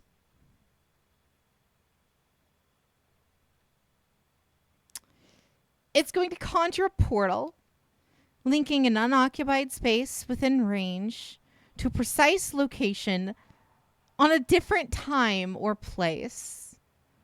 The portal, which you can.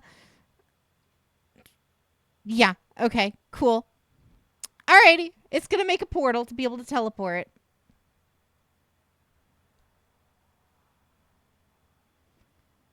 It's going to take Iris to Jupiter's Void. Yay! Huh. I mean, she's stunned. So if he just takes her there and lets her go, she's just gonna kind of drift. Well, it's nice knowing Iris. That's the end of his turn.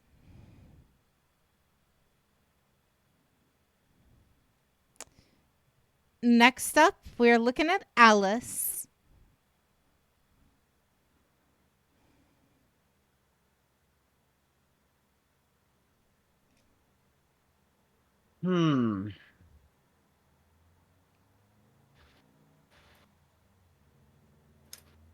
Is he still there, or did he go through the portal? Oh no, he went through the portal with her. Is the portal still open? Nope. Is it not? Because it lasts for a minute. I thought it's. Let me read it. Right, the portal in any direction. Portal lasts for the duration. Okay, I assumed that he could close it behind him, but no, yeah, it is open. All right, I'm gonna get that S. If it's concentration, they could probably close it behind them. Does not It say is a it's. concentration spell. Is it? I don't. The C in parentheses stands for concentration. Concentration. Okay. So then he does shut it off. All right, so they're just gone.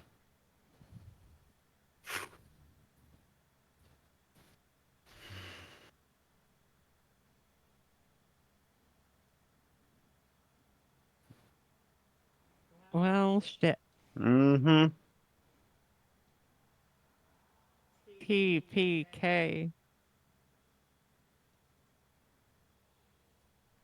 So whose turn is it now? It's Alice's. I'm thinking about what to do. Alice has 50 feet of movement. Yeah, I'm gonna have him move to Noah.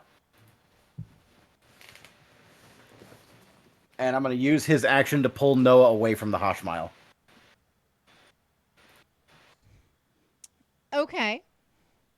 Since Noah's stunned, And him frightened. taking it and frightened, him taking attacks for free from the Hoshmile isn't exactly ideal. So I'm gonna pull Noah away from the Hoshmile. By pulling him away, does that invite an opportunity attack? Since it's forced movement, no, but if Alice is in range, Alice can take an attack of opportunity. I mean, he has to get into range to grab Noah to then pull him out. So I would say yeah. Yeah. Okay. That is a 15 hit. 15 does not hit. Cool. Continue with your day.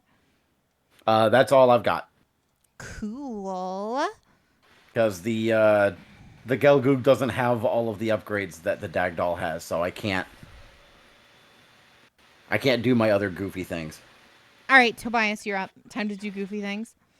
Time to do goofy things. Time to work the body on the Hushmile a little more. I don't have advantage. I just swing. Yeah, I don't have anything giving me advantage, do I? No. Okay. Just swing. That's going to miss. I assume a 19 misses. It on the Hushmile, yes. Yeah. Second swing. Better. 32. That hits.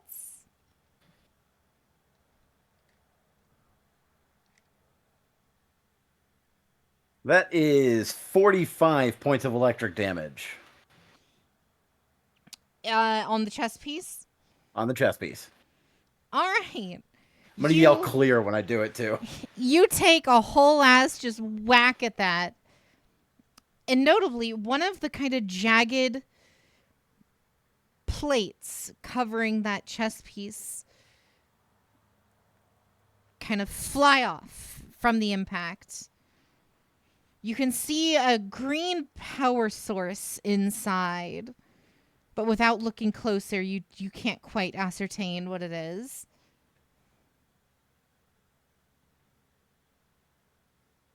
As a bonus action, I'm going to pull out an item that I have dubbed the repair crate. It's just a box. It's just a box. But I can't do anything with it this turn. Mm-hmm. That's me. Oh, right. Sorry. I need to add to that damage. I have my 2d8 again. He can take another 10 points of electric damage.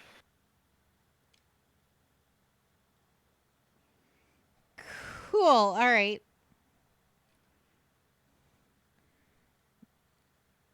Next up is Noah. Can I get unstunned? Does It's at the end of your well, turn. I mean, he can't do I can't do anything. So, I'm stunned and frightened. So Does that a is 16 a pass? 16 that passes. I can do things. All right. now roll for fear because your turn's over. Is that a pass on both of them? I don't think. No, because they're two different saving throws. At least I'm no longer stunned. I can do half my abilities now. I end my turn. All right. Hushmile is up next. And it's going to fire its mouth cannon at, no additional charge. So it's going to fire its mouth cannon at Tobias. No. And Noah. If he targets anyone else, he has disadvantage. If he targets me, it's a flat roll. But if he targets anyone else, it's a disadvantage. Fine. It's Tobias. Yeah. Engineer is stupid. Fuck. Does I a say 14 engineer. hit? Artificer is stupid. Was a 14 hit? No. Cool. All right.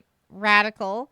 The Hushmile is going to fire his laser once more. Again at Tobias. Does a 27 hit. 27 does hit. Radical. Come on, Misty. Come on, baby. Yeah.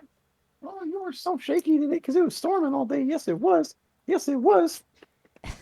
Don't laugh at me. Cute. That's going to be 58 damage.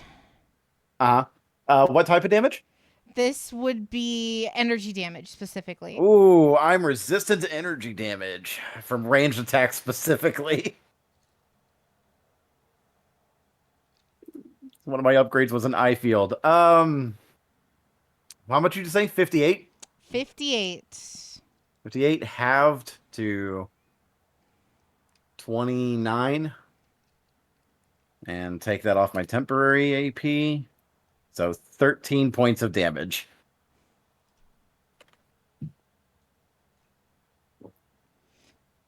Alrighty. Tyon, you're up. Alrighty. I'm gonna use my movement to get up close and attack the Hoshmile. Ooh. Gonna use both of my attacks against it. Does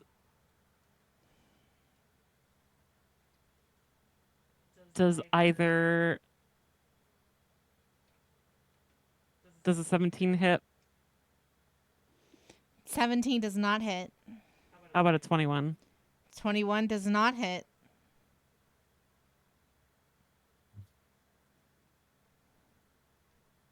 All right. I guess that's my turn. Iris, you're up. Sure, you can have that one. Okay, whoever's next. Eichmann.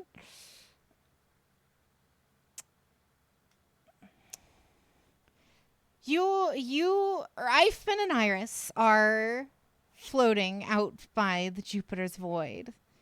Behind you, Iris, is an endless black accretion disk. You don't see stars. You don't see anything. Just inky black nothing as far as the eye can see.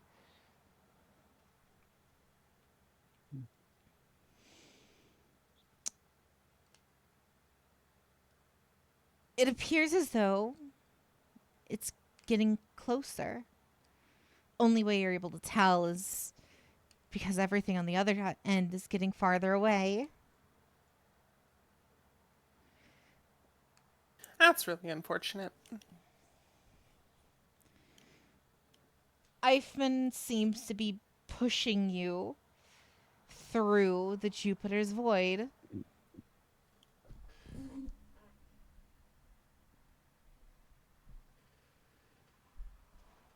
That is all. According to your systems are starting to get a little scrambled, a little bit, interference from the Jupiter's void black hole. However, in approximately 12 seconds, you will hit the accretion disk.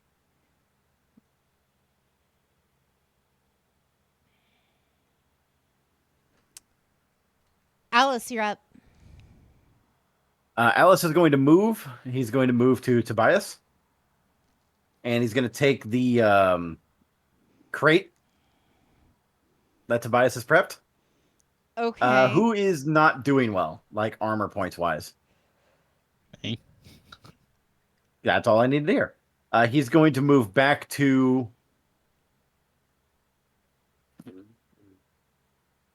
Noah. And he's going to use the repair crate that I've prepped. So it's going to cast a second level armor repair on his mobile suit.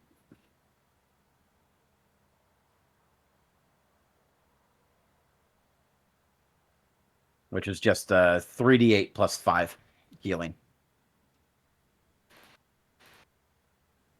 So 16 points of healing for you there, Huntail. I'm able to survive one more attack. And that has 9 more uses left in it. See previous statement about engineer being stupid.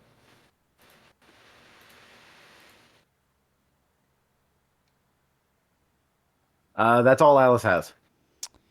Tobias. Oh man, it's still just standing there menacingly. All right, work the body.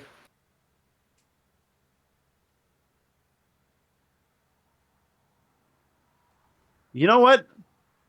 I don't think that first one's gonna do it. No, don't call think it a so. hunch. Yeah. Second roll though, infinitely better. Still not good enough.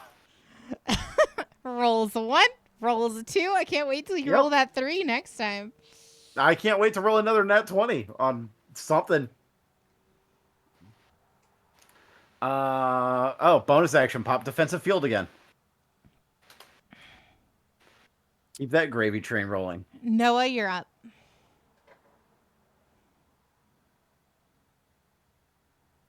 Since I'm frightened, I can't do a melee attack, so I'll just use my wide and remote weapon and aim for the face. Or not. As a bonus action, I inspire Tobias. And I end my turn. It is the Hush Miles' turn.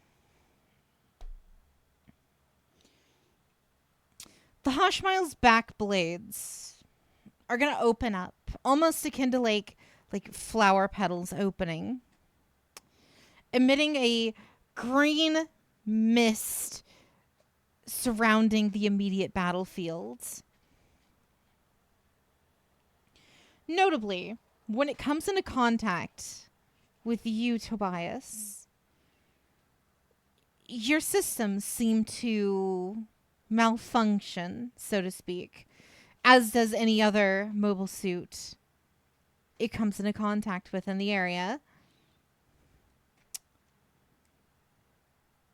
This is one of the Hush Miles' legendary actions.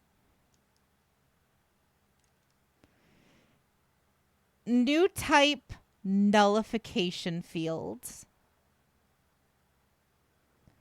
Any active buffs the team may have been nullified for the duration. So anything that you cast on one another, like inspirations or your barrier Augie or anything like that. So quick question then. Yes. Is it literally any buff or is it any spell buff? Like character ability? It's specifically any active buff. So any buff that had to be casted to activate So not over a Tyon, given for time. instance.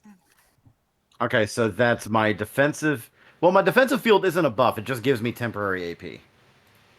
Is my temporary AP gone? Yes, since that was a casted Okay. buff, yes. All right, so that's my temporary AP. That's my NTD system. And that's it. And this goes party, like, anyone fighting around the Hush Mile, even if you're outside of it right now, if you were to go back into that immediate area, all buffs would be nullified. I'm assuming my invisibility. Your invisibility would get nullified as well. Cool. This is similar to an ability that like Iris has used and tapped into in the past, using the power of GN particles to nullify electronic and or other mystical means in an area. And just to confirm, this is just buffs, right? Specifically buffs and well, Okay. any active buff / debuff technically. So like anything. Okay, so any the exploit status weakness I have effect.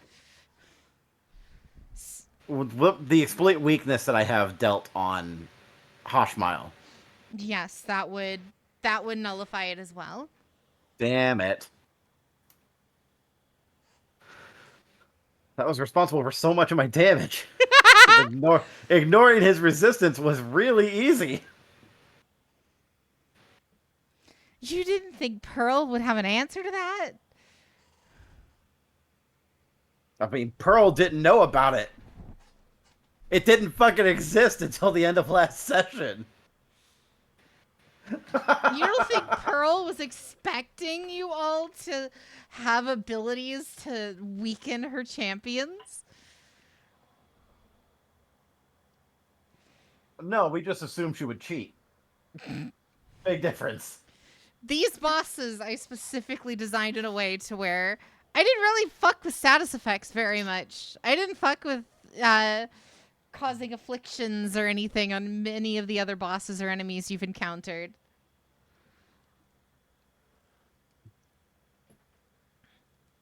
Anywho, after activating the nullification fields, Is that a persistent effect or a one-off thing? that is a persistent effect. Ugh. How long does it Legendary action. So that's going to last for the next 5 minutes. last for? Okay, so it lasts until the fight is over. Effectively. Not effectively. A round is 6 seconds. Fair enough. You just put it up for 50 rounds. We're playing assault deck. We're playing last turn. We're playing. It's fine. I'm over here playing the Max C challenge. You've done a fuckload of damage to this thing. Just FYI. I know I have. It's almost like I built this thing to fight the Hoshmile.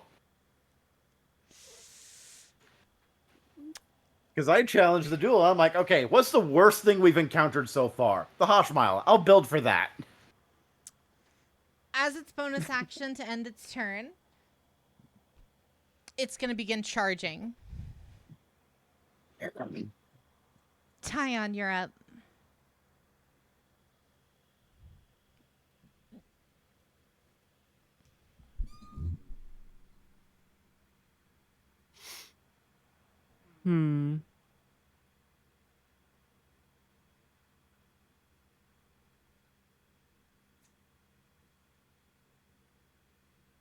And out of curiosity, is this like an active nullification zone that's emanating from it, or was it just like an EMP? One and done. It's an active nullification zone.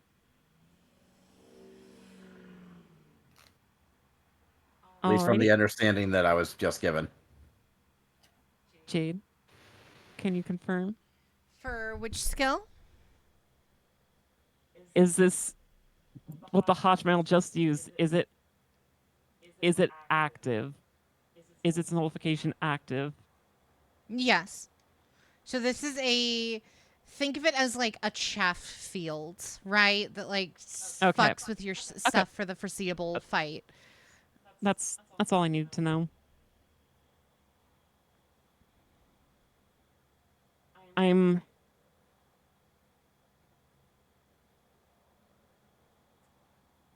wondering if something would work. Probably not, given that there's no specific wording for it. I have the ability to basically nullify effects, positive or negative, on willing targets. It has no condition for unwilling targets, though. I think that's more like curses and stuff. It's specifically for like poisons and ailments, malfunctions. I don't think it would work on an anti-magic field. No. It just says end one effect. It doesn't specify greater than that. I think that's what its intention was, but it doesn't specify beyond that. I think what that's supposed to be is similar to the nullification field, but it's like it ends one active effect, whereas the nullification field ends every active effect. Because mind you, this thing nullifies all of the Hoshmile's active effects too. Yeah. So this isn't just like a one-sided, oh, you guys don't get to do anything now. This is the Hoshmile's attempt to turn this into a fist fight. Yeah, I guess. Finally, he's fighting on my terms. Fair enough. It was a fist fight before. I started it as a fist fight. Alrighty. I'm going to attempt to attack again. Probably gonna miss both times. Let's see it. You know what? I don't think that misses. No, Does a 22 hit as well? a 22 it does not hit. Why are you at disadvantage? No, I'm attacking twice. Oh. The crit hits. The 22 does not. Yeah. I forget what's special about crits. You get to Hammer strike. Double dice. double dice. Double dice, yes. Oh boy, howdy. Where are you attacking, by the way? I'm gonna attack where it's that green energy was coming from. Like you're going to attack into the opening?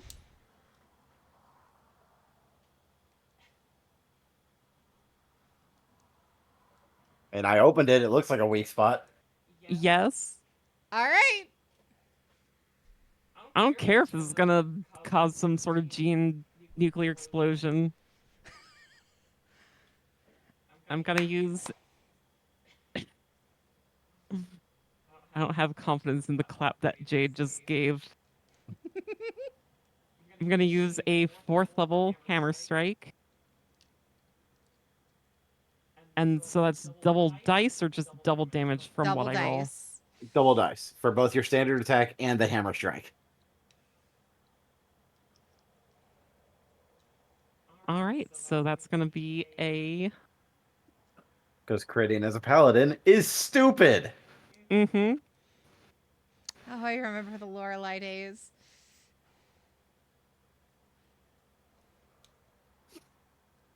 I don't think I can do this all in one. Do it in I multiple. don't think it'll let you. Yeah.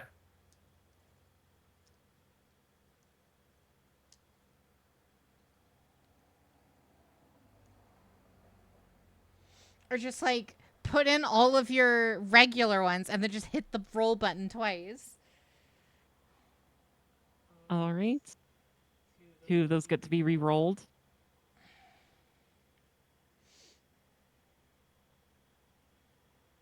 Alrighty, so that's 54, 67. What I've got. not. That's okay. I re-roll 1s and 2s. Right. I had 30 plus the 24 and then plus the 13. I came up 67. Plus a flat 4, 71. plus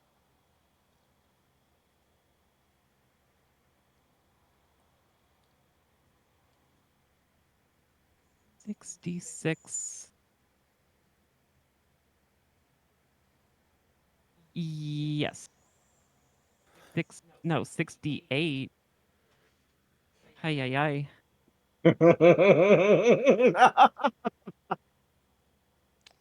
Ay, ay, ay, Rangers. Thank you. And I get to re-roll one eventually.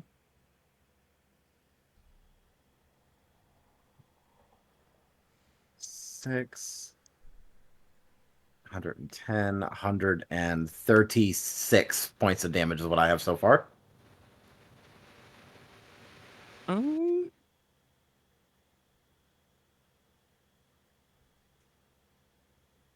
Yeah, 136 damage.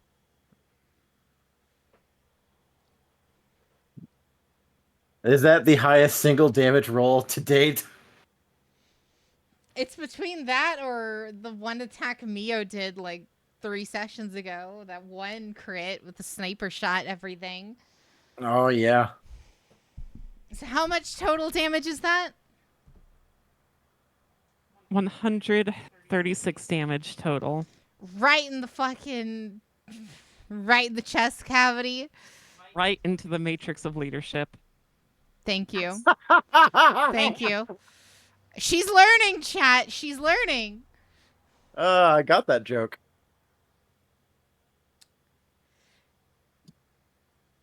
And this was with what? Your hammer, your sword, or something? My death scythe. Ooh.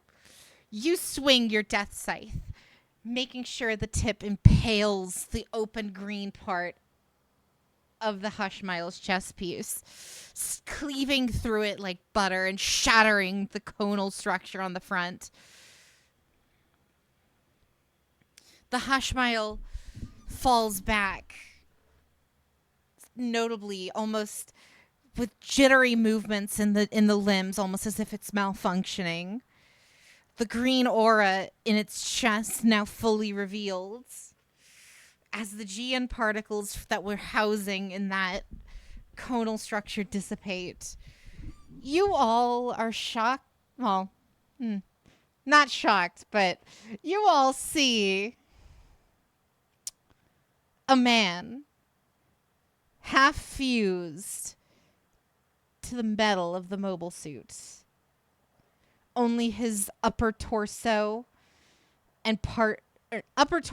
head, and upper arms are visible. The rest have melded with the metal of the Hushmile. You recognize this person as Archer Zariel. Yeah, shocker. Gasp! Surprise! They lied.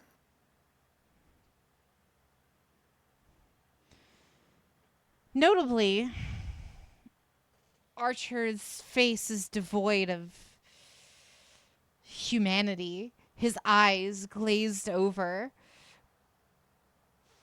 Physically, his body motions, though held back by the parts of his body stuck in the mobile suit, it's almost as if he's a rabid animal barking and biting at the air towards you as the mobile suit around him attempts to mimic the movements but fails. The legs of the Hushmile give in.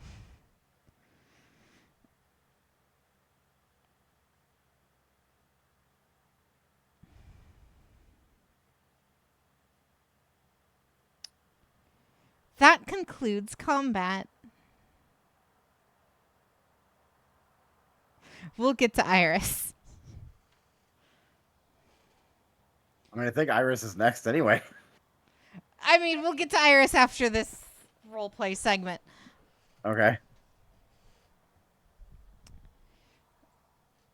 The body and what is remains of the Hushmile is barking and snipping at each one of you as your mobile suits stand there.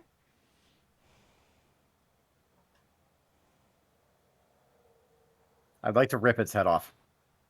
The Hushmile's head? Yes. I'm going to need you to roll me like a strength check, please. Okay. God. 29.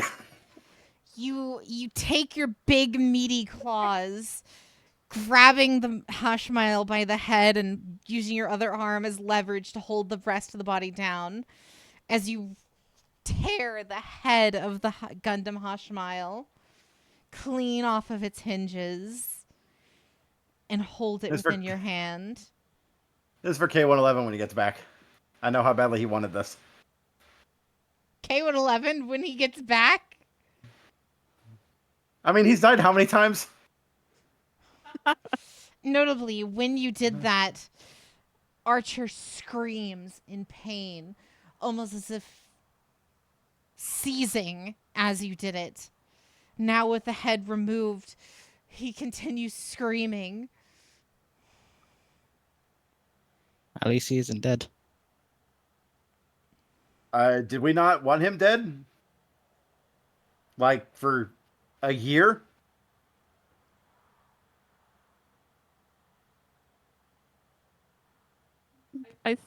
I thought Grandma said that he's good now. Right? So was my dad.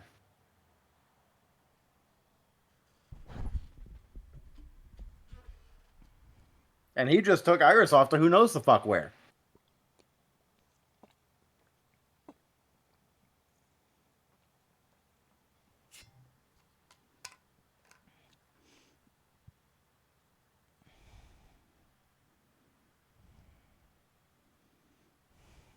Let's assume for the sake of argument we do care about Archer, who's still sitting there. What are the odds any of that is still Archer anymore? Between Pearl and her sadistic mindfuckery, and being fused with this fucking thing, and speaking from experience, no offense, Alice, you tend to lose track of yourself when you're fused with someone else.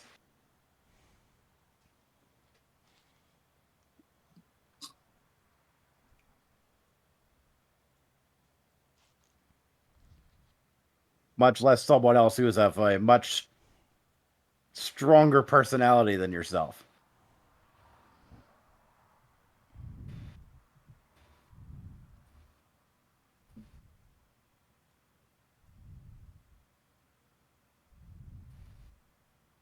So you think mercy killing is the only option? No, I think the other option we have is to try and extract him from this mess, get him back to Veda, and maybe Veda can fix him. And best case scenario, we have fucking Mario again. And that's the best case scenario. Worst case scenario, we have a literal rabid cyborg running around.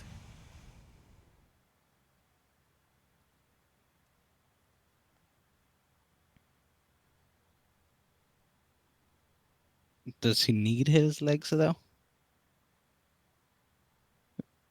We just need the information from him.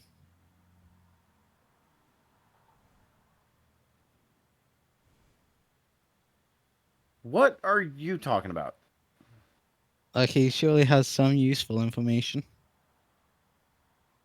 As a prisoner of war who got fused into a fucking weapon? Yeah, he probably has at least something. Maybe heard the plans. Like, or at least maybe knows You know like a what? week. You go ahead and fucking ask him.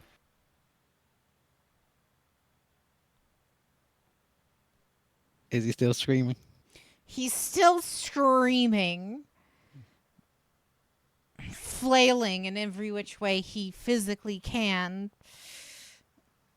The mobile suit still slightly responding to his actions, but overall almost as if it can't hold itself up under its own weight any longer.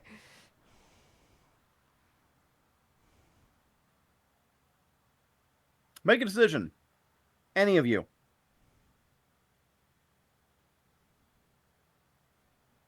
If there's any way to help him or save him, shouldn't we?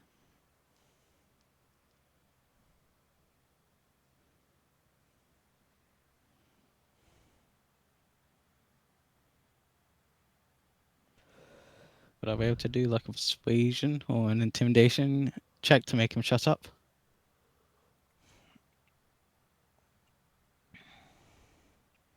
You could try.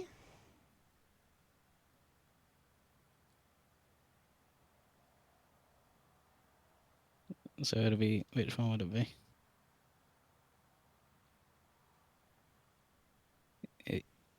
The same either way, said 26.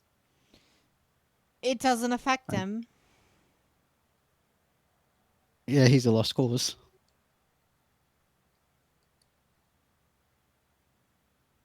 Even if we try to remove him, he'll probably die of shock.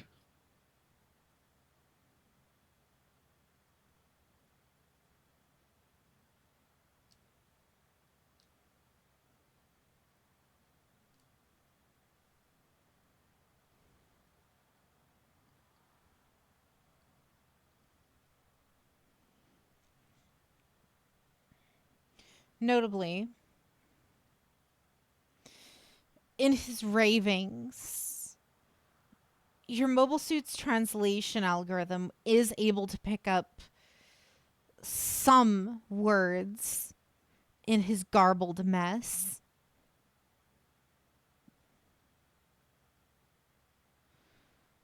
One, Most of these words are very, just random verbs or connecting words or what have you.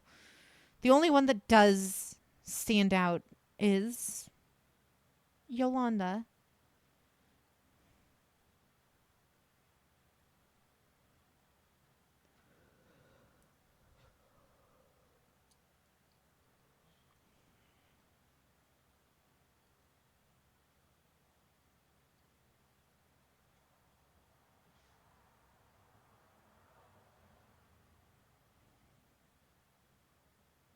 Can we connect to Yolanda and see if she can speak to him?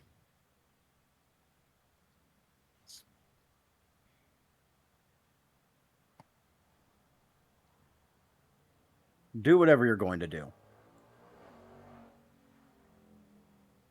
And I'm going to remove myself from the group and make contact with Pearl Ranic. You hail on the number that she's been contacting you on. Good show, my little pretties.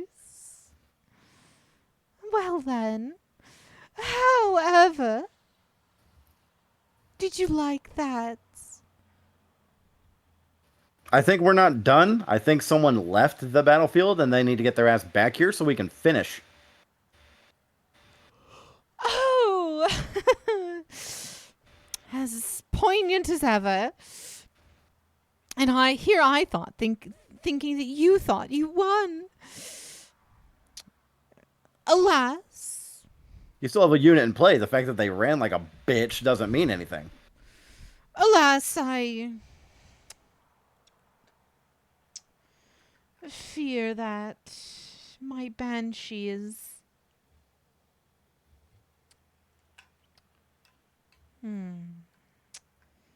My banshee's already far gone. Oh, so your champion went AWOL during a fight he was supposed to win for you. Oh, AWOL?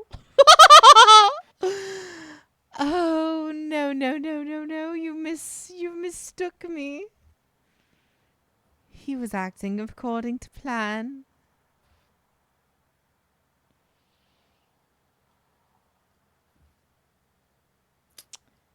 And with that, we're cutting to Iris. Iris. I really want to bombard her fucking planet now.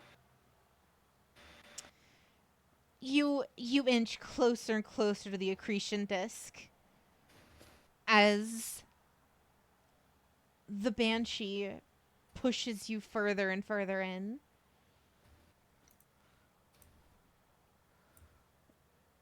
The closer you get to the Jupiter's void, the more you feel a pressure in your skull. As you inch closer, that pressure intensifies and you feel it amongst your entire body.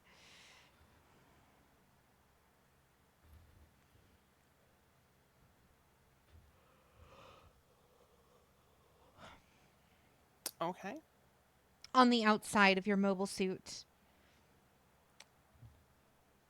silver tendrils begin to emit from the void, grabbing and wrapping around the appendages and parts of your mobile suit. Almost as if trying to seep in to any crack they can find.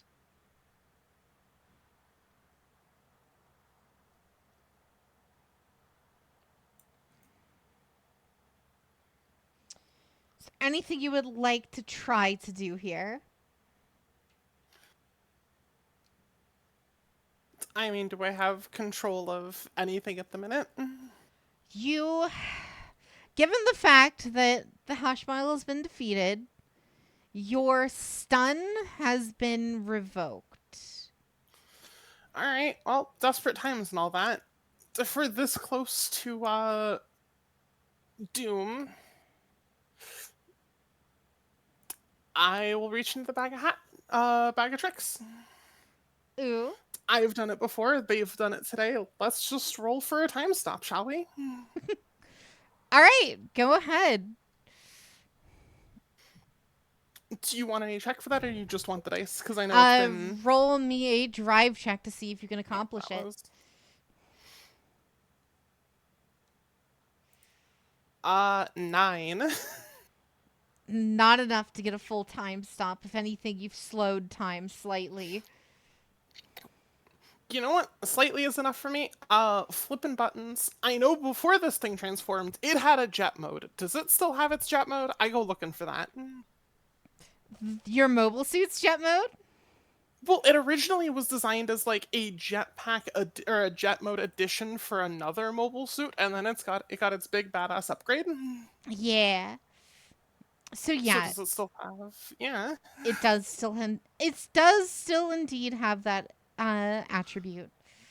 Yeah, because remember we used that when we were looking for K111. Well, no, wait. Yeah. You have the new one. You have the new mobile suit. Yeah. Yeah, So that's it was before we got the upgrade. We used it to fly like K111 up and down to Earth. Yeah. So no, this new mobile suit does not have the transformation aspect. It does, however, have a couple of things. You know, it's got its bits. It's got I mean, big red button that says "Do not push." Let's go with the Trans Am drive. If I can't time stop, I'll just go faster. I mean, slowing down time and speeding yourself up is akin to time stop. So you know what? I'll allow it. I mean, big red button, do not push. Let's push that. Activate Trans Am. Your mobile suit emits red GN particles as the mobile suit's after images begin to appear. Your mobile suit is now moving faster than anything else around you, amplified by the reduced speed of time itself. I am going to attempt to almost leapfrog off of the idiot trying to push me through and just boost my way as far and as fast away from this field as I can.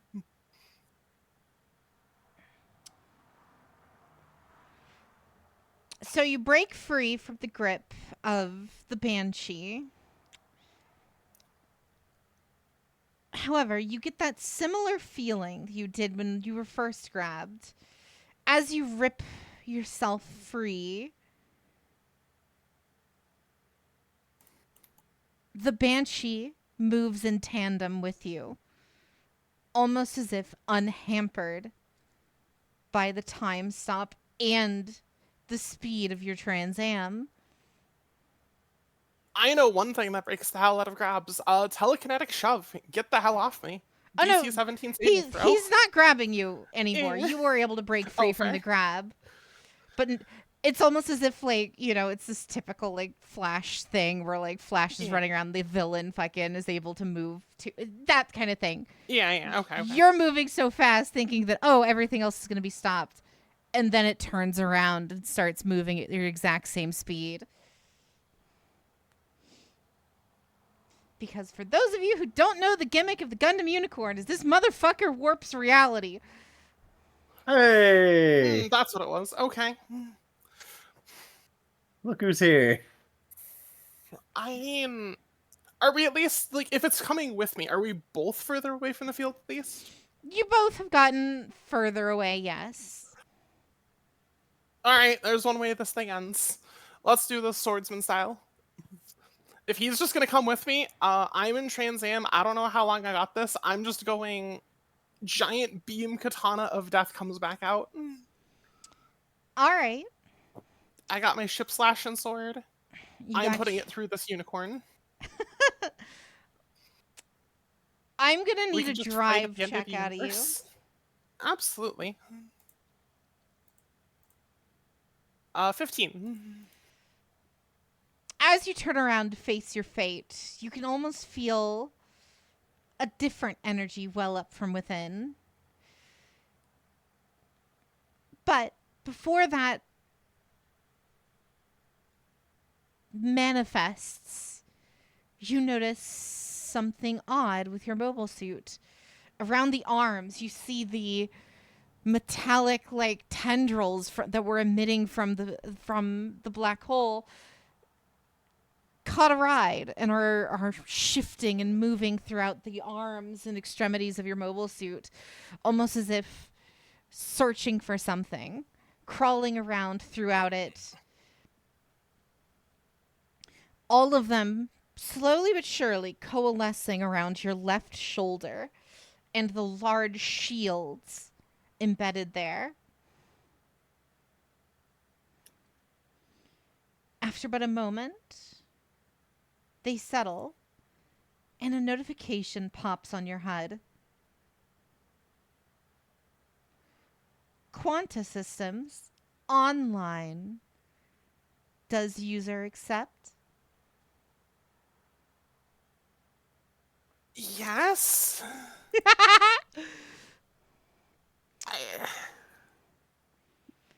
Pressing the big red button on the touchpad, your mobile suit's transam almost intensifies. You can feel everything slow around you even fast or even slower. It's so faster. You're activating the second GN drive on the mobile suit. And with it, the shield embedded on your shoulder begins to fall to pieces. Each and every one of them swirling around you, ready to take aim. Oh.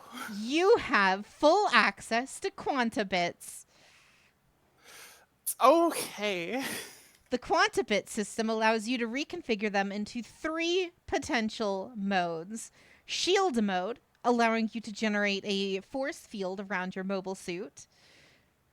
Sword mode, allowing you to generate what is called the full saber and combine all of these into a massive fuck-off buster sword.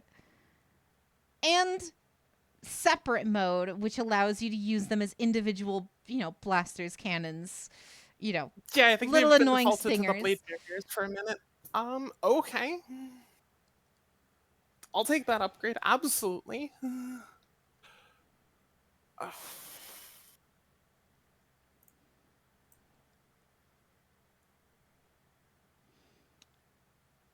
So, what is your plan?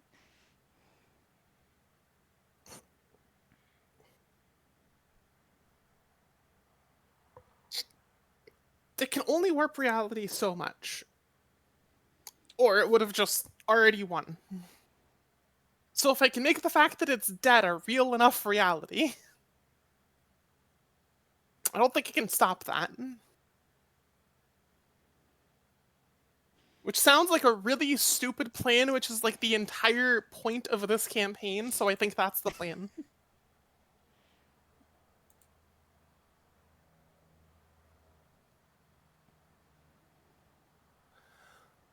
So, Keep what is it that you're or doing exactly? Put it in full sword mode and just actually try and cut this thing in half?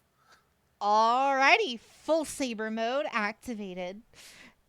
The bits swirling around you all coalesce around your primary GN blade. Each and every one of these fragments build up on top of each other, creating a sword almost twice the size of your mobile suit.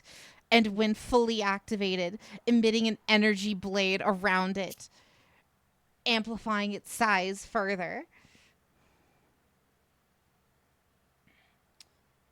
The Banshee just stands still.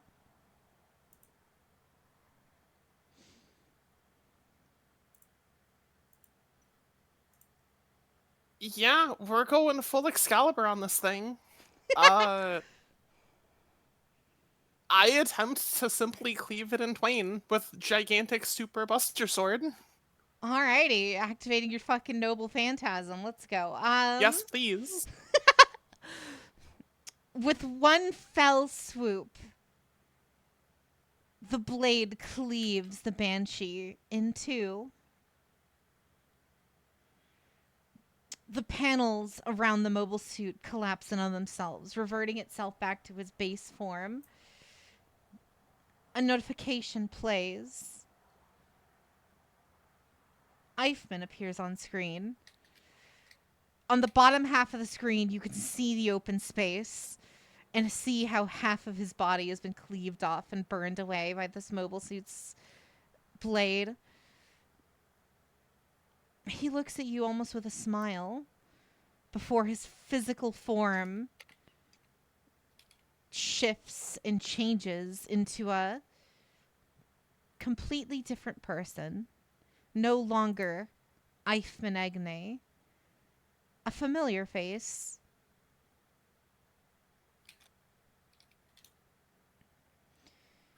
You can't quite place it. But you have a feeling something in your memory, be it locked away or otherwise, is reacting to it. But you only see him for but a moment before the remainder of the mobile suit explodes and the connection is cut, leaving nothing but your mobile suit, the bleakness of space, and the Jupiter's void in the distance. All right, get me away from this giant, stupid void. Alrighty. And attempts to, I guess, just enter some sort of... I mean, like, I really don't want to tap the... I can probably enter a stasis mode and probably get back eventually safely. Because I have GN particles, and I can kind of self-sustain to an extent on that. If I try and warp back, I can get back instantly, but oh god, if I fuck that up, I fuck that up bad. Notably, in the list of commands for your quanta, you do have access in the bit mode to the warp gate. Oh, yeah. I mean, yeah, that's gotta be the plan then. Yeah, okay. I wasn't sure if I'd be able to... Alright. Yeah.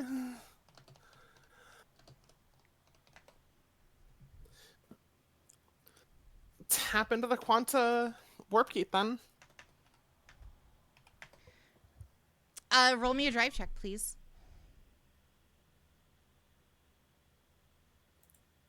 Natural 20.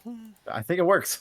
Yeah, your bits swirl around in a circular pattern in front of you, each emanating GN particles in a nice green hue. As they swirl around each other, that green energy coalesces into a spiraling green portal. Do you enter it? Right on through. You dash through the portal, your bits collapsing in on themselves through it in order to pop up on the opposite side as well. You find yourself exactly where you originally left.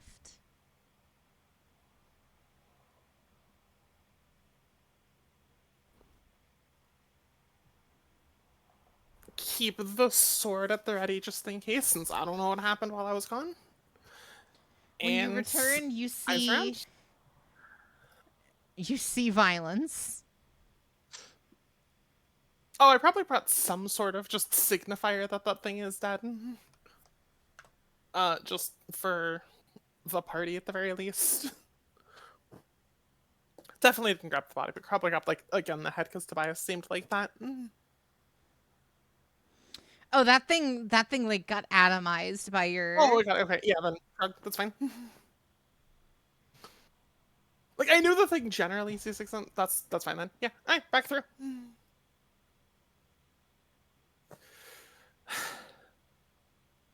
I won my battle, how it goes here. Check comms. Oh, look at that. We did win. You what? What did you do to my Banshee? Close the gate behind me and ready Buster Sword again? I could show you if you like. I don't know how well this works on planets, but I know it works pretty well on ships.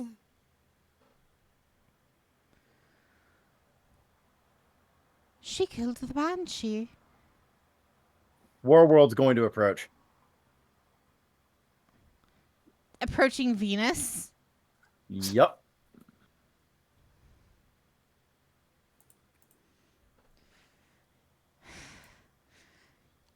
We made a deal. You leave. You mean that Venus- deal you tried to nag on immediately when you thought things were going your way? Man, well, that's What do you fucking weird mean? that you're gonna bring that up. Our deal was you win the fight, you get your friends back, and you leave us alone. Ooh, You killed our nah, friends. see, I think things are now going to my fucking plan.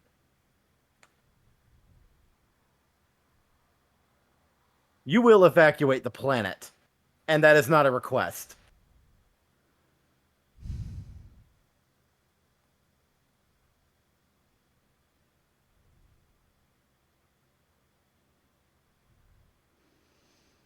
You request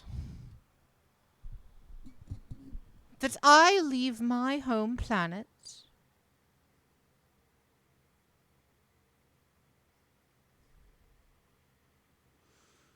You ask of me to leave my home. I mean, you can stay on it for all I fucking care. I'm throwing it into the Mercury Void. So if you want to stay on it, please be my fucking guest. It would grant me no greater fucking joy than to know I will be directly responsible for your immediate fucking death, and I don't have to hear your goddamn voice anymore. As a matter of fact, go ahead and talk back again. I'll just consider that yes, sir, I will stay on this planet, and please murder my ass with a black hole.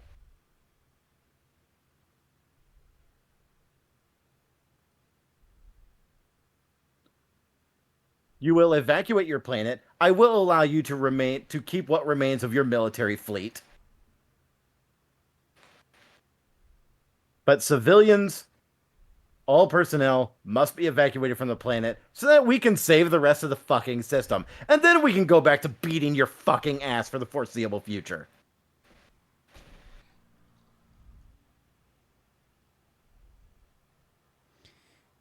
You wish to double-cross me. You wish to double-cross me! Oh, no, no, no, no, no. You seem to think you have all the power here. My little moon boy. You just sent the most powerful asset you have against me, and you've not even scratched my suit. That's Please where you're wrong. come and correct me. I implore you. That's my dear Toby is where you're wrong.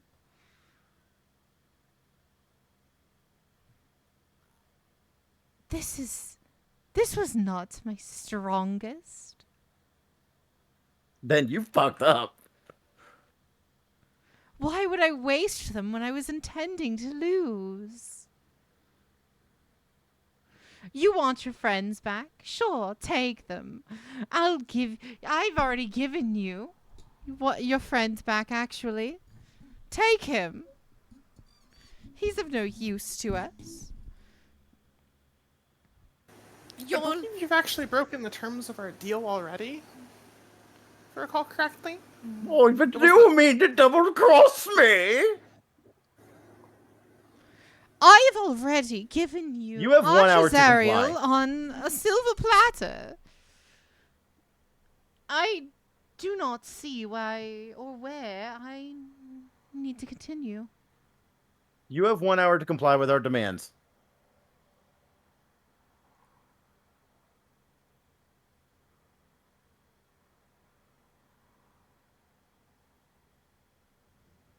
Whatever action comes forth after that,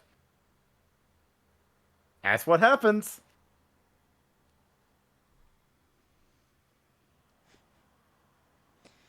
Oh, poor boy. I'll see you real soon. And the comms close out.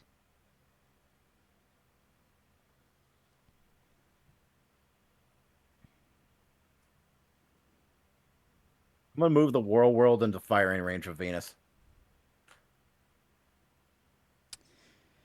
As you do, Tobias, Yeah. as you move Warworld into position, a large, nigh gargantuan laser pierces the Warworld.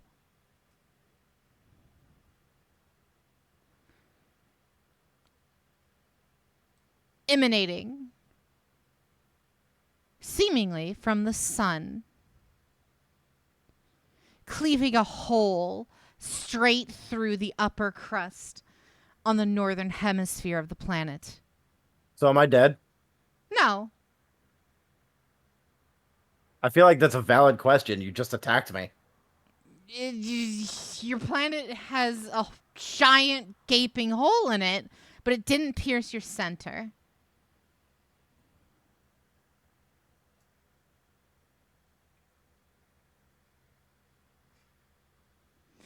It was a warning shot. Man. Imagine heeding a warning.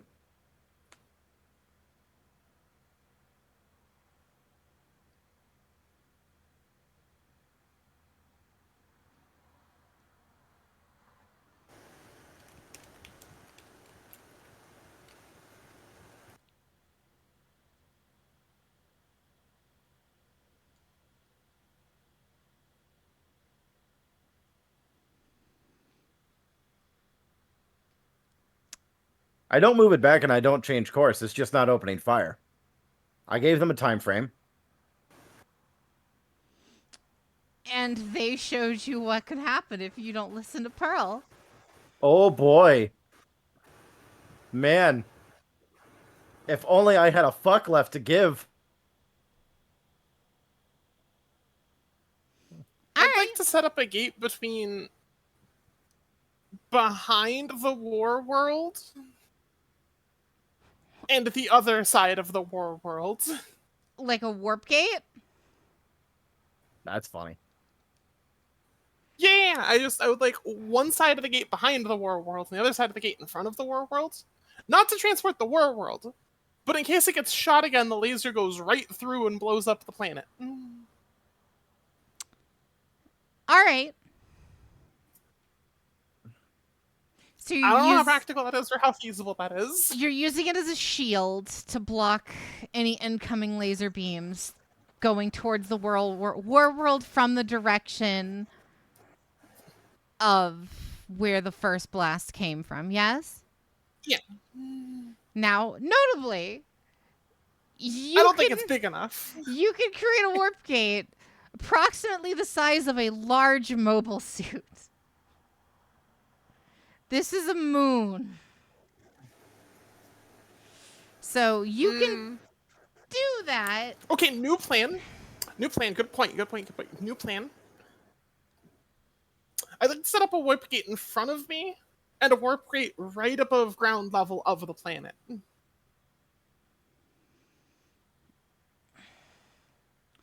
So, like, you're going to shield yourself? No. Like, I'm going to deposit sword through warp gate into the planet of idiots. Okay. Or just, like, down A attack into it. Down A attack into it.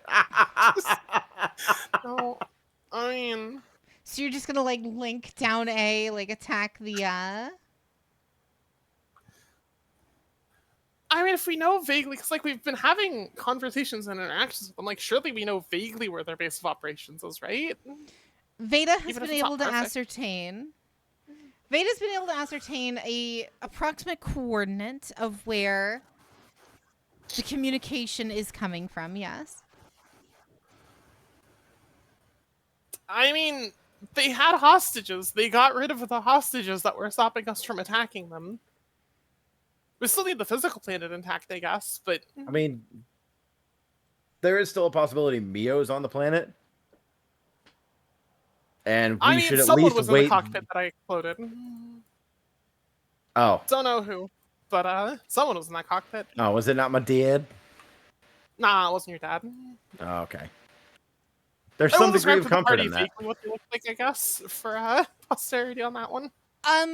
Physically, when they began to shift, their body almost melted into that same metallic-y substance that you noticed on your mobile suit before reshaping into an almost metallic-looking elderly man. No really significant defining traits. Just an older gentleman that you personally found familiar.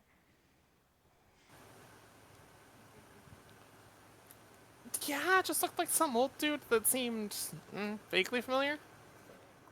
Couldn't really place it. So I guess you're right, they might have someone down there still. Fine, I don't nuke the planet. I mean, I'm going to push it into that new black hole they've been making, but I'm going to at least wait to see if they're actually going to give us Mio first. If not, fuck them. In it goes. Sun laser be damned.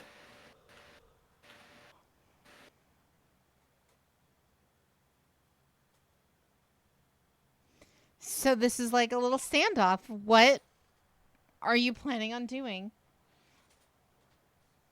Oh, we're waiting to see if they're going to give us Mio or not. You guys wait several hours. No transmissions, no communication.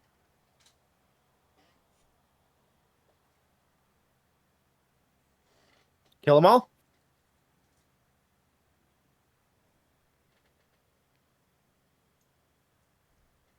Anyone going to fight me on that? Kill them all?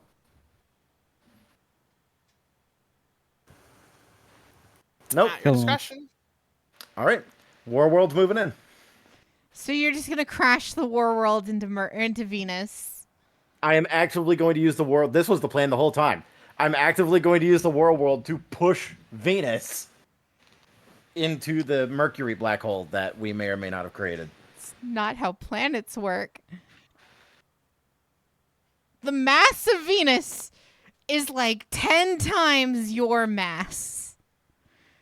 So even if you collided into Venus, you may be able to shift its like trajectory and shift its orbit slightly. There's no way in fucking hell a moon as small as you can push an entire planet somewhere else.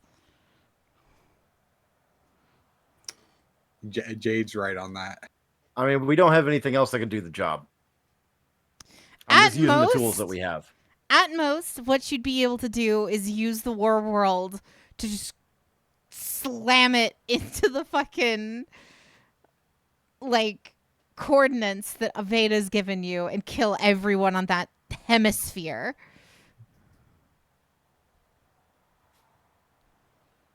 What do you mean? Just create one portal in space and the other on their planet and suck out their atmosphere? What do you mean? How far out can you make one of those portals, actually? We can make it way worse. Put one on the sun, the other on space. Yeah. Yes. No. She can make a portal anywhere that she's been before. Hey, they hit you with there you go. Put one portal on Venus and put the other portal in the Mercury black hole. Yeah, it makes sense to me, right? Like, give them the case of a Sunny D, bro. Power and just watch that planet get slurped through it. I don't think I can make one big enough where it wouldn't crush and squish the planet. I don't know if gravity's going to go through it. Gonna Even if happen it is, anyway. it might just eat the gate. Like, you're also forgetting the whole logistical situation of either, in order for this to work, Iris would have to fly all the way to the black hole, get into the black hole without getting sucked through it, put the fucking portal in the black hole like a fucking portal inside of a portal, Bag of holding. And Jeez, then Bag of thank holding. you, G. open the portal inside, like open the other end on the surface of the planet, or alternatively, somehow find a way onto the surface of the planet to open a portal there, thus killing herself because she'd have to be there for it. People, I people really always can't forget. express how badly I want all of those people dead. People forget how bad it what happens when you put a bag of holding in a bag of holding. People need to go back and read. Like innocents, military. I don't care anymore. Kill them all. Like either of those ideas you came up with ends with Iris death. Yeah, but they sound really funny. Would Iris realize she was about to die if she did do this? Probably. She's pretty smart. Iris probably wouldn't do that in character, but also it's really funny to think about given the shit we've been given. It's cathartic.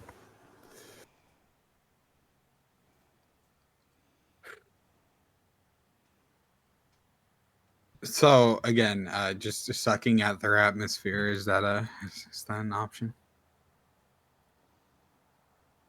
Iris wouldn't harm potential innocents.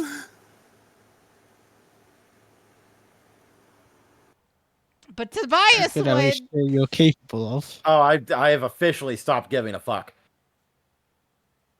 You I'm can suck assuming out Leo like a just minute wants worth of At this atmosphere. point, even if we did kill another planet, we would still cause less suffering than fucking having to listen to Ranic talk again.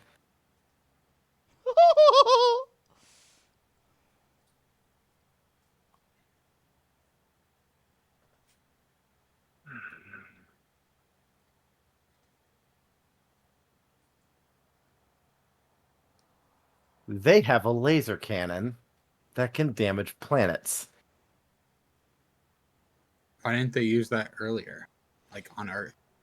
Because it wasn't convenient for them to do it. Why didn't they open with killing us? Because they either need something from us, or they're afraid, or it's not that accurate, or it has a high cost to firing.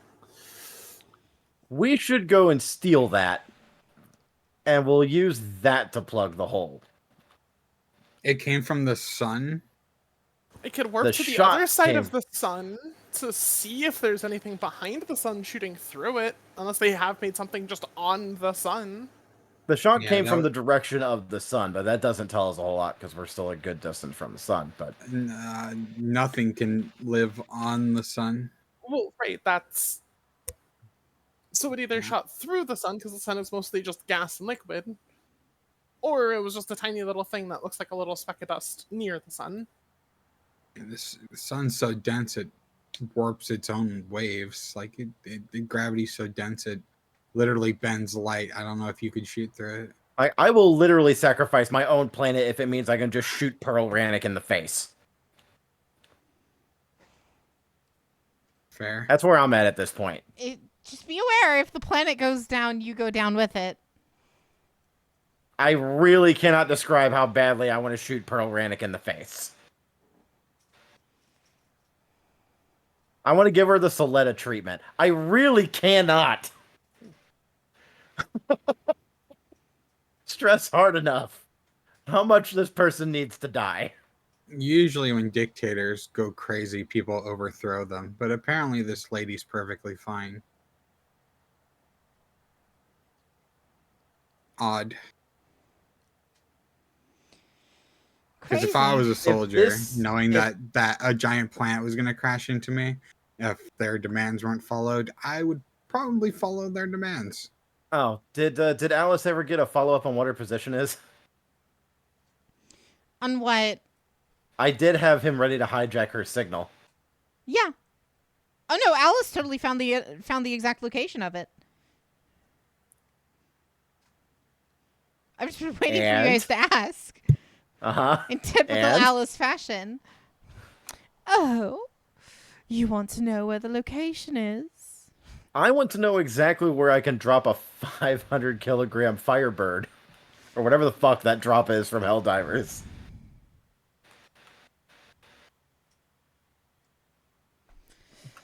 I can give you the coordinates. However, I want to have a. Go ahead.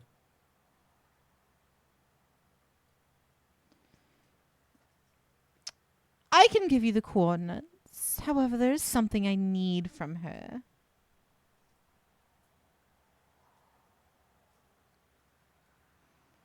Alice, what could you possibly need from her? I need the key. She holds a key, unbeknownst to her, that I need to get my hands on. Okay. Is it in her brain or is it on her corpse? It's likely kept within her quarters or office or on her person. It's So the building needs to survive. Indeed.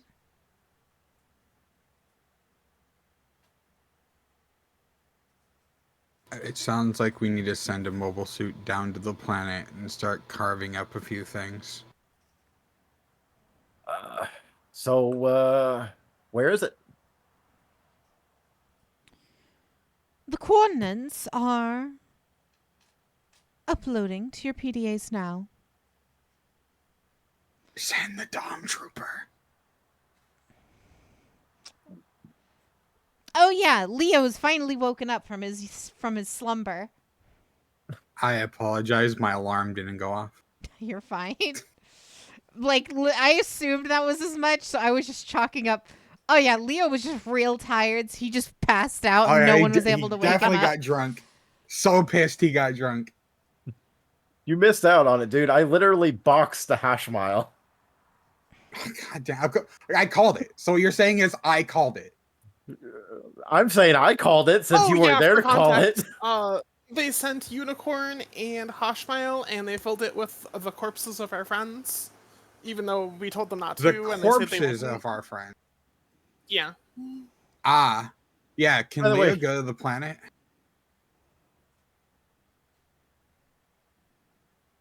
By the way, side note, we ever figure out what we were doing with other dude? With Not my Archer. problem. Yeah.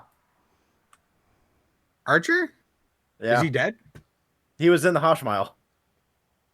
So Mm. his brain's a little fucky wucky.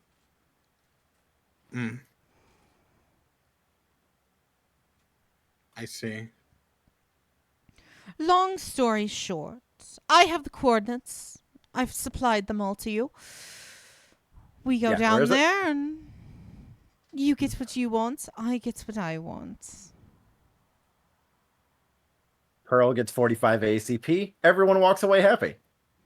Indeed. Yeah, I'm ready. I'm ready to go and fuck some shit up.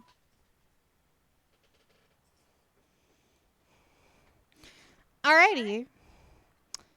Now, along with the supplied documentation for like the coordinates, you also got some documents housing various ways to get on planet. None of which are ideal. You have 3 options.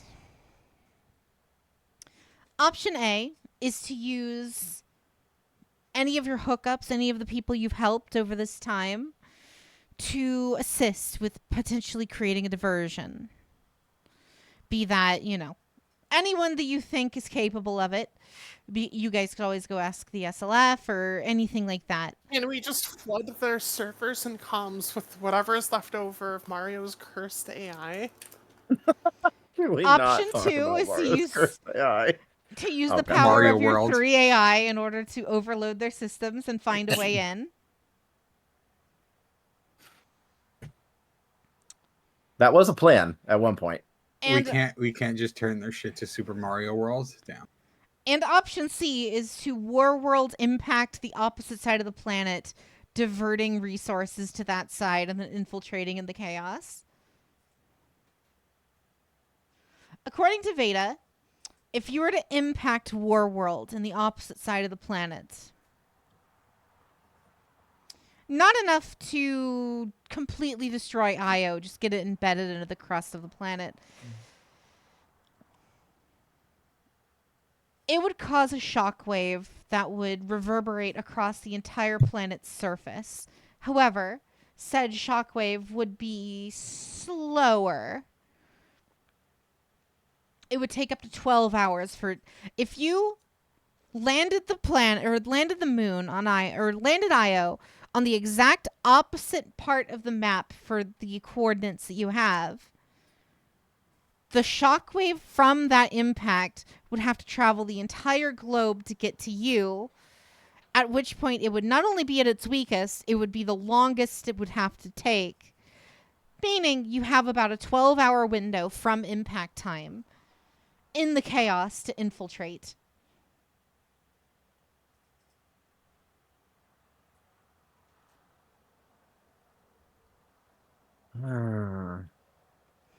However, that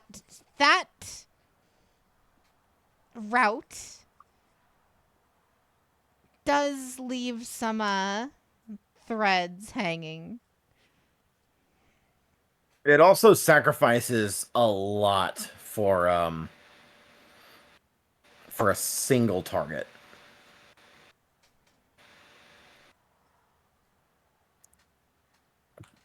I don't think an impact would be necessary, but we can absolutely get the planet in close enough to disrupt the atmosphere.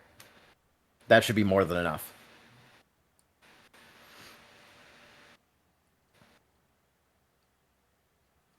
And if we're disrupting their atmosphere, we could also unleash our AA guns on the surface.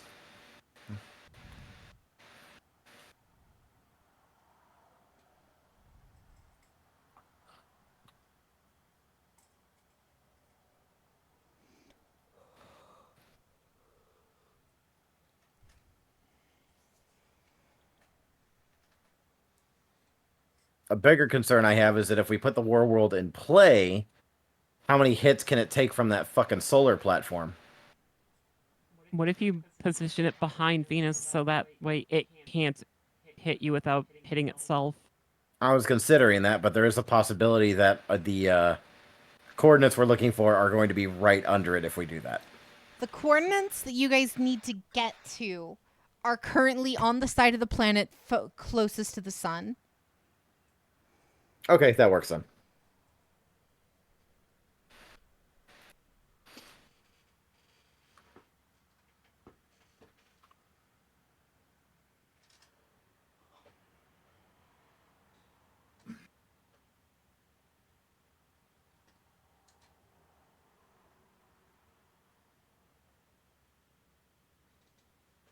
I mean, Leo was ready to do some crazy shit.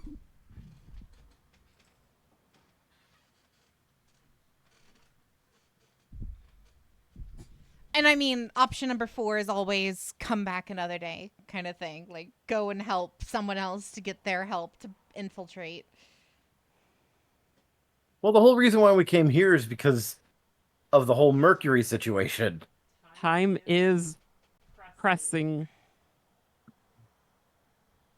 Like, really need to fix that before it swallows the sun. Fair enough.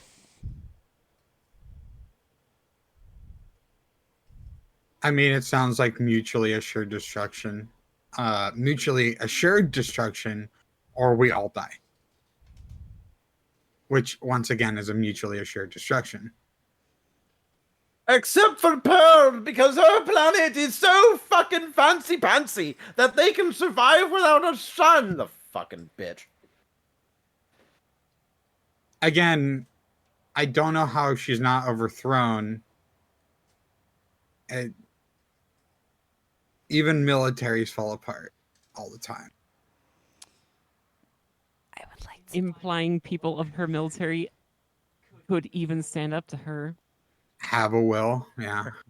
Are you saying, Leo, that we should stage a coup? If possible. I mean, I would. That may be the greatest idea ever. Quick, I need a printer and propaganda. Oh, we already have it. Archer Zariel was the former commander of their forces, and look what she did to him. I mean, does anybody own a printer so we can just like drop leaflets I have a into war the world. atmosphere? Wow. I have like 50,000 robots I could have draw them all by hand. You know, apparently nobody ever says anything remotely close to the truth anymore. Anytime anybody gives me opposition, I'm just killing them. Oh, can we please stage a coup? That is that would actually solve all of our problems in like one day. We had to Ew. stage a coup. You can. You certainly can. Let Leo run for president. There are some things that you all don't know about yet that would make it difficult, or things you would have to do first in order to achieve it, but you could certainly do it. How about a mutiny? Same thing. All I will Wow, say, one's political, one's forceful. without giving anything away, where do you think the leader of a certain military got her fucking nanomachines from? My dad. The Shadow Wizard government. Aliens. I mean, we're rapidly approaching a moment where the solution to all of our problems is just fucking kill everybody. Yeah. Just let the system get wiped out. Fuck the system. Oh, God. I mean, canonically, you guys do know there is another world you guys could just leave to. That is always an option. That is always like literally fuck this galaxy. We're out.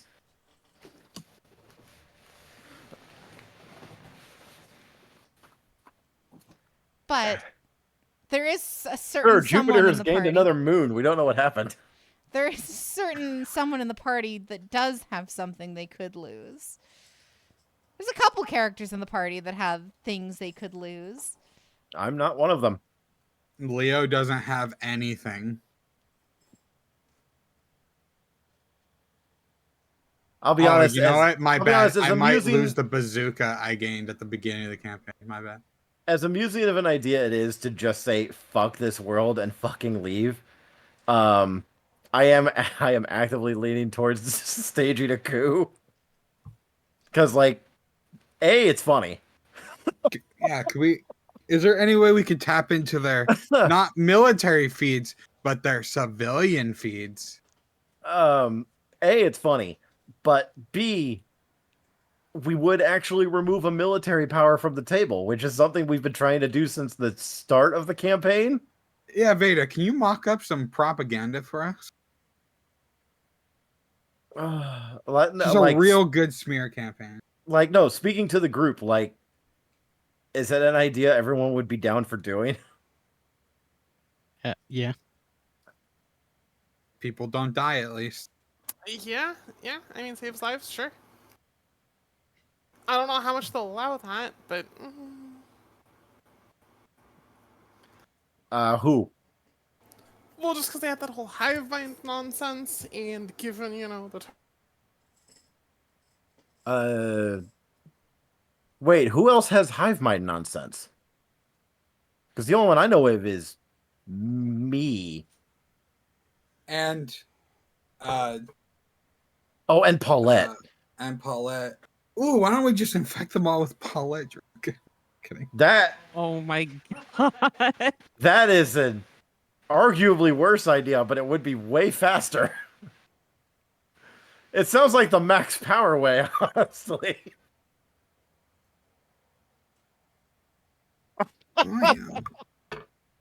There's three ways to do things: the right way, the wrong way, and the max power way. Isn't that the wrong way? Yes, but faster.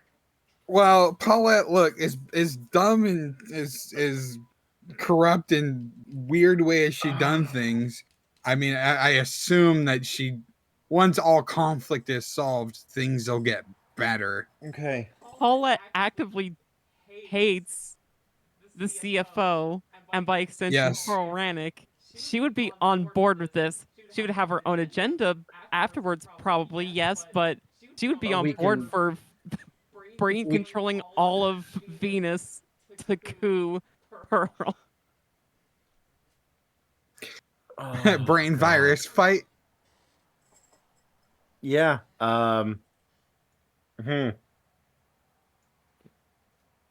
Jesus Christ, we're actually considering that. Okay. No, Yeah. I mean, it's a good idea. I just hate that The it's a good raccoon idea. makes good points. All right, hang on a second. Order of operations here. If we need propaganda, we really should grab Archer. What's left of Archer? Scoop him out of the Hashmile and put him in a cell, a padded room. I don't know. Put him somewhere to where he won't hurt himself or someone else. Like, if that's the course of action we want to take, and we need propaganda for that, we are absolutely going to need Archer. What's left of Archer?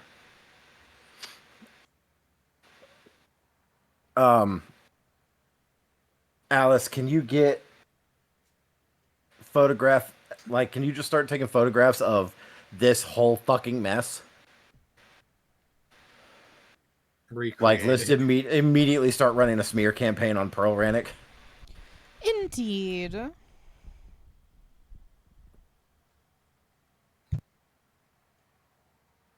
You know, when I woke up today, I did not think I would be planning a coup d'etat. Oh, fuck.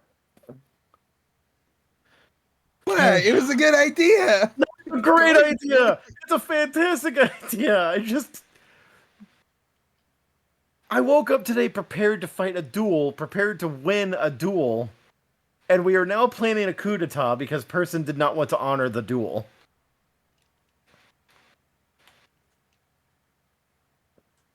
Like,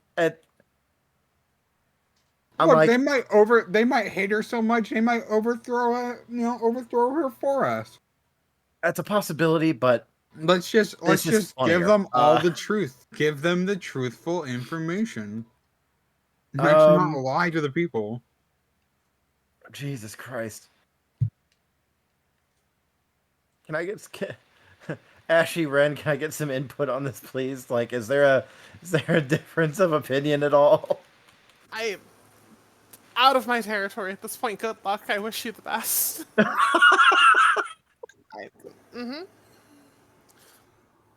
Kion doesn't have a solution.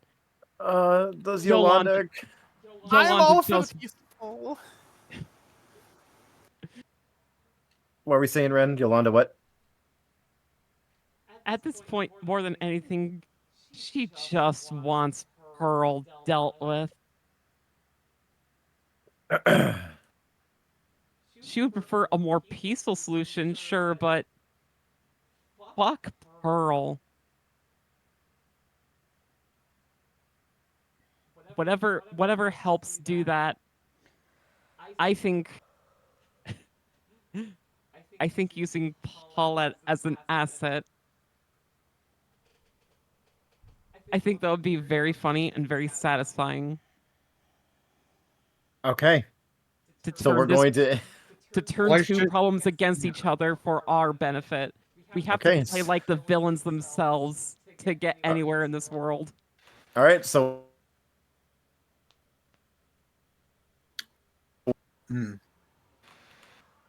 Oh, Jesus Christ. I'd say what we will about, Paulette, but at least she wants people to live. And probably having an entire planet under her thumb that she controls. Maybe not the best idea, but like I would rather deal with her than deal with that bitch. Just saying. I mean, you gotta think about it this way. You guys are blaming Paulette like, Paulette's so evil for just enslaving an entire planet. Meanwhile, you have a party member who's just enslaved an entire planet. Who did that? Tobias? They're not people. I can. I'm not enslaved. What do you mean? He's What do trying you to actively mean? bring them back out. What do you mean? Keep I've it enslaved fine. exactly 0 people.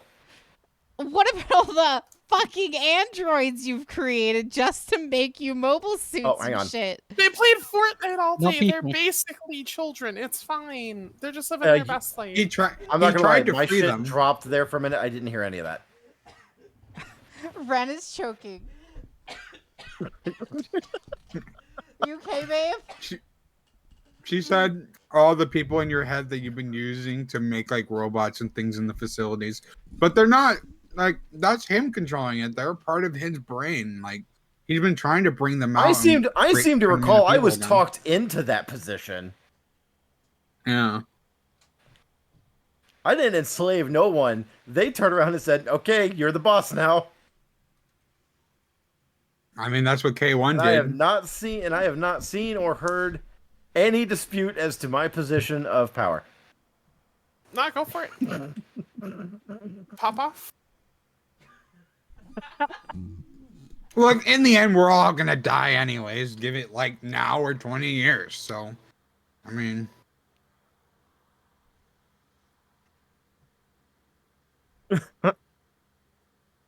Sorry, I'm just.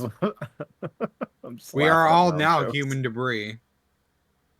Most of us don't have homes anymore.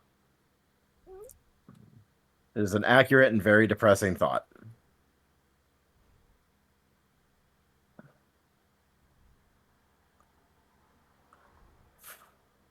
So it's either, you know, we try diplomatic or we just fucking kill them.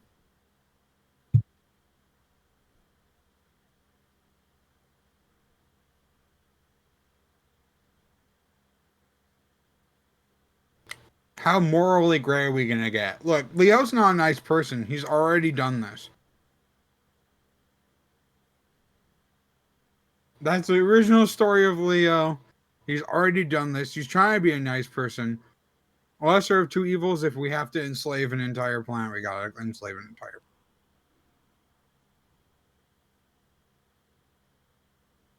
They're alive.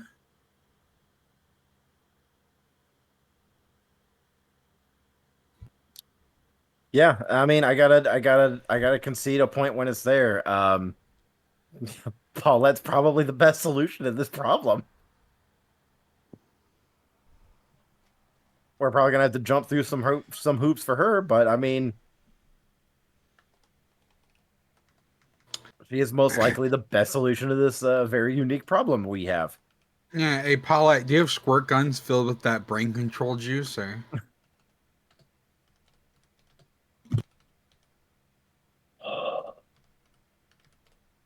At the very least, she would serve as a distraction. I mean, if I remember correctly, we have trank guns. Can we just fill those like sleep darts up with a My bunch of that God. brain control juice and start shooting people? I thought K111 was dead. I said the dart guns, not the tranquilizers.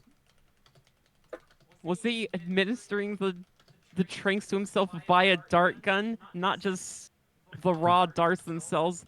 He was using the gun. Give me just a hint of dart. The dart monkey's on me back.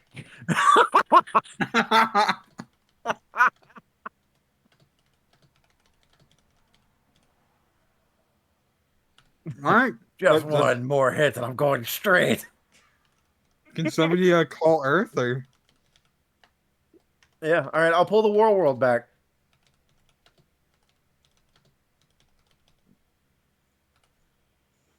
Now, if Pearl Ranic has a plan against this, I'm just gonna blow up the sun. I don't care anymore. All bets are off. If Pearl Ranic has a plan against this, I'm just gonna blow up the sun. I give up.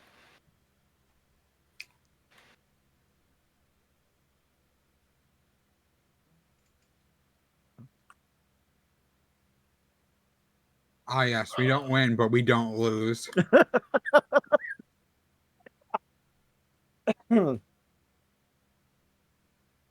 Just literally running off the stage and smash. You didn't win. You didn't win. You didn't. You didn't win. You didn't win. Fortnite L dance. You didn't win. Oh.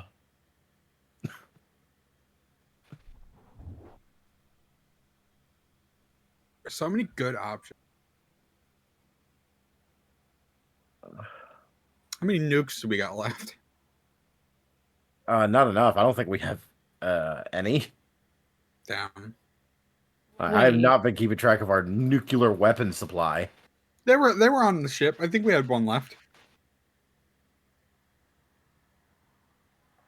Send one of the worker bee mind controlled zombie kids, whatever, and just go nuke the capital. So, like, just had a thought. Yes. Iris has some degree of reality warping, right? I wouldn't call it reliable. I mean, fair. Would it be possible for her to just close up the Mercury void? I do remember that was on the table. I was wanting to use Venus to hedge our bets, but I do remember that was on the table. I think we'd flag that as last resort because the potential risk is if we try that as our first resort and lose Iris in the process, we then have to go to plan B without Iris on the table. Mhm. Fair enough. I'm gonna say, Agma, you would know this, and anybody who plays a lot of D&D would know this. Do you know what happens when you put a bag of holding in a bag of holding, or you open a portal inside of a portal? Depends on what version of D&D it is. There's Yeah, those actually rules are 4 more different fair solutions be to that. spiteful. Fair. What is usually the answer? Usually the answer is in 5th edition, a portal gets open to the astral plane. Mm-hmm. We have an astral plane in this. We have a few astral planes in this world. I mean, that depends. Does Iris want to try to attempt to get sucked into the astral plane? Well, so really funny, the D&D Also- edition I'm familiar with just kind of shrugs and says same type buffs don't stack. That's fair. End of sentence. You just Yeah. can't. This is also, I was about to say, it's also not the same formula, if that makes sense. Because the bag of holding is an interdimensional space inside of an interdimensional space. This is a portal inside of a black hole, which I don't think is a portal. I think we just break reality if that happens.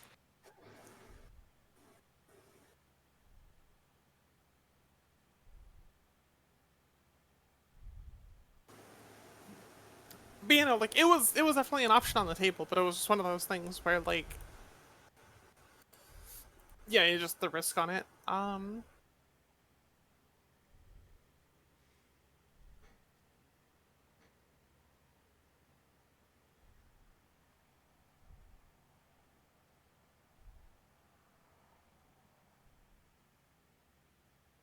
Alright, I got all the giggles out of me now. It was a very funny idea that I wholeheartedly think we should go with. I'm down for involving Paulette. I'm down for staging a coup. Best case scenario, they knock themselves both up, each other out. Best case scenario, what? I didn't hear that, Huntail. Best case scenario, they take each other out.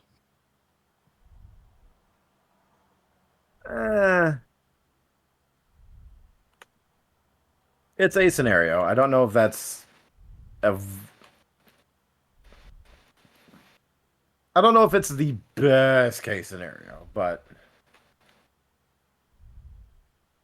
it's probably the best we can hope for.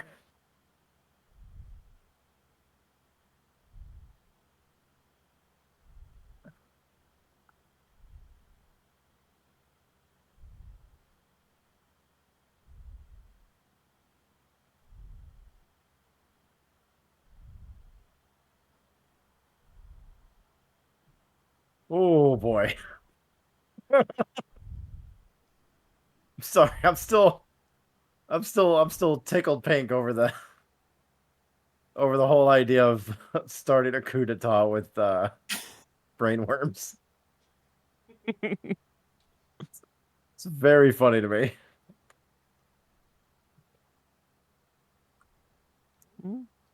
Doesn't sound like we have objections to that idea. I wholeheartedly endorse this idea. It's just crazy enough it might work. Oh, Christ. My head hurts. I've been laughing too hard.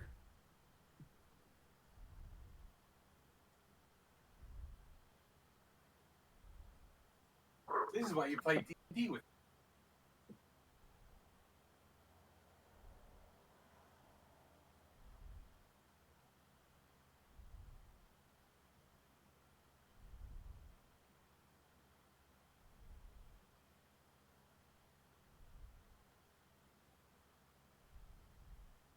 Oh. All right. So we need to get Archer onto our ship. Pull the War World back. We'll leave Venus be for now.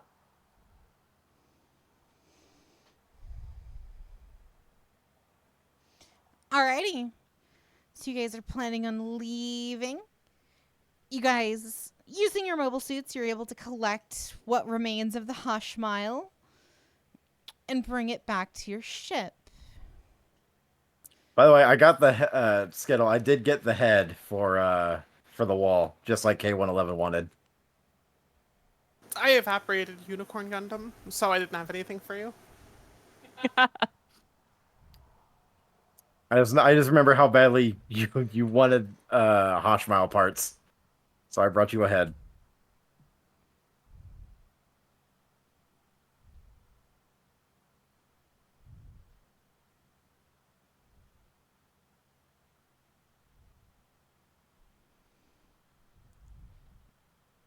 But yeah, so you guys get all that stuff into the ship. You guys get into position, and you guys are going to be heading off to Earth, right? You guys heading Yes. for Paulette, yeah? Alrighty. It's going to take you approximately 6 hours with War World to make it there. But you make it there with no real issues. Once you get into orbit with Earth,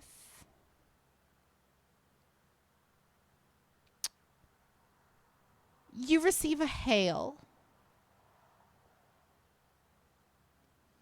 on a restricted channel, oddly enough.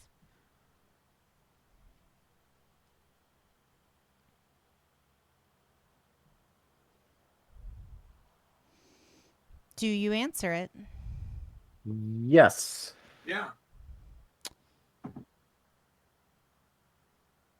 Picking up the call. Picking up the call is a fuzzy, static image.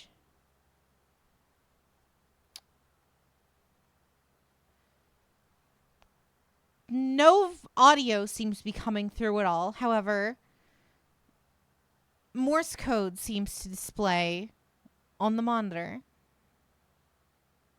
Do I understand it, being a machine now? You do. The Morse code directly translates to the symptoms have progressed. There's nothing I can do. Oh, shit. Is that a good sign or a bad sign? Knowing what our plans are, is that a good sign or a Who bad cares? sign? That's a fucking take.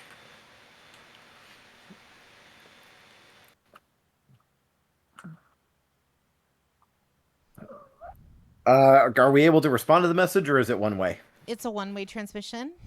Okay.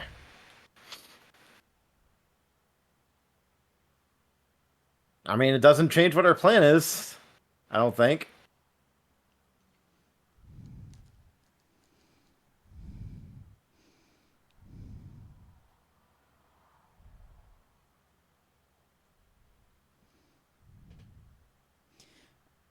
Alrighty. So are you all prepared to make your way down to Earth? Yeah. Yeah. Alrighty. And with that, we're going to go ahead and call it here for the night. Because I was not expecting you guys to go back to Paulette this fast. No one expects the coup d'etat. No one expects the Spanish Inquisition. So yeah, I gotta figure that out now. So we're gonna go ahead and end it here for tonight. What was that, Skittle? I was gonna say nobody expects the mind of a psychotic raccoon. Uh-huh. But yeah. Thank you everyone for being here. Thank you all for bearing with us and, you know, making another fun session. We got the big archer fight out of the way. You guys have finally officially dealt with the Hashmile. And, you know, all is getting better for the most part. I boxed a boss. What the fuck? Uh-huh. I didn't even land a single hit.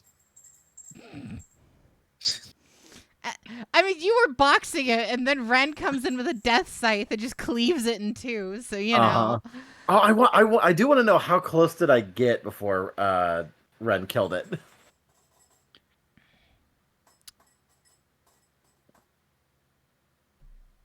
The mobile suit's HP was kind of irrelevant. Aw. That's why I specifically mentioned at the top of the fight, targeting it will be a big thing. Because specifically that chest cavity, that kind of haphazardly designed chest cavity, once that encasement prison was destroyed, it prevented direct connection between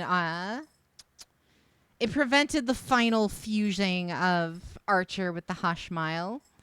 Fusion hook. So it is possible we saved him. You don't know. You're right, I don't know. I'm just saying it is possible. It's possible. It is possible we've saved him. I mean, I have a vague idea for that. But it's very much in that, like, nebulous mumbo-jumbo of, like, Iris was able to suppress Alice. Potentially, she could try and draw out any little remnants of Archer in, like, the opposite way. But that's... I don't know.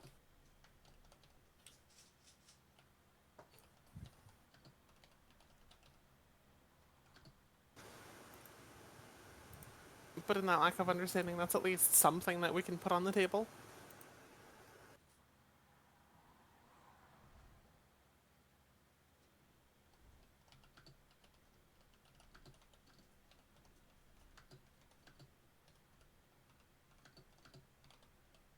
I'm still proud of that 136 damage in one hit. Mm-hmm. I got like 77. That was pretty neat. I'm just happy I did as much as I did. I Mhm. fucking boxed the Hashmile. Alrighty, though. Have a good night, everyone. We'll see you all in the next episode. Bye. Bye-bye. Night. What's Bye. wrong with me?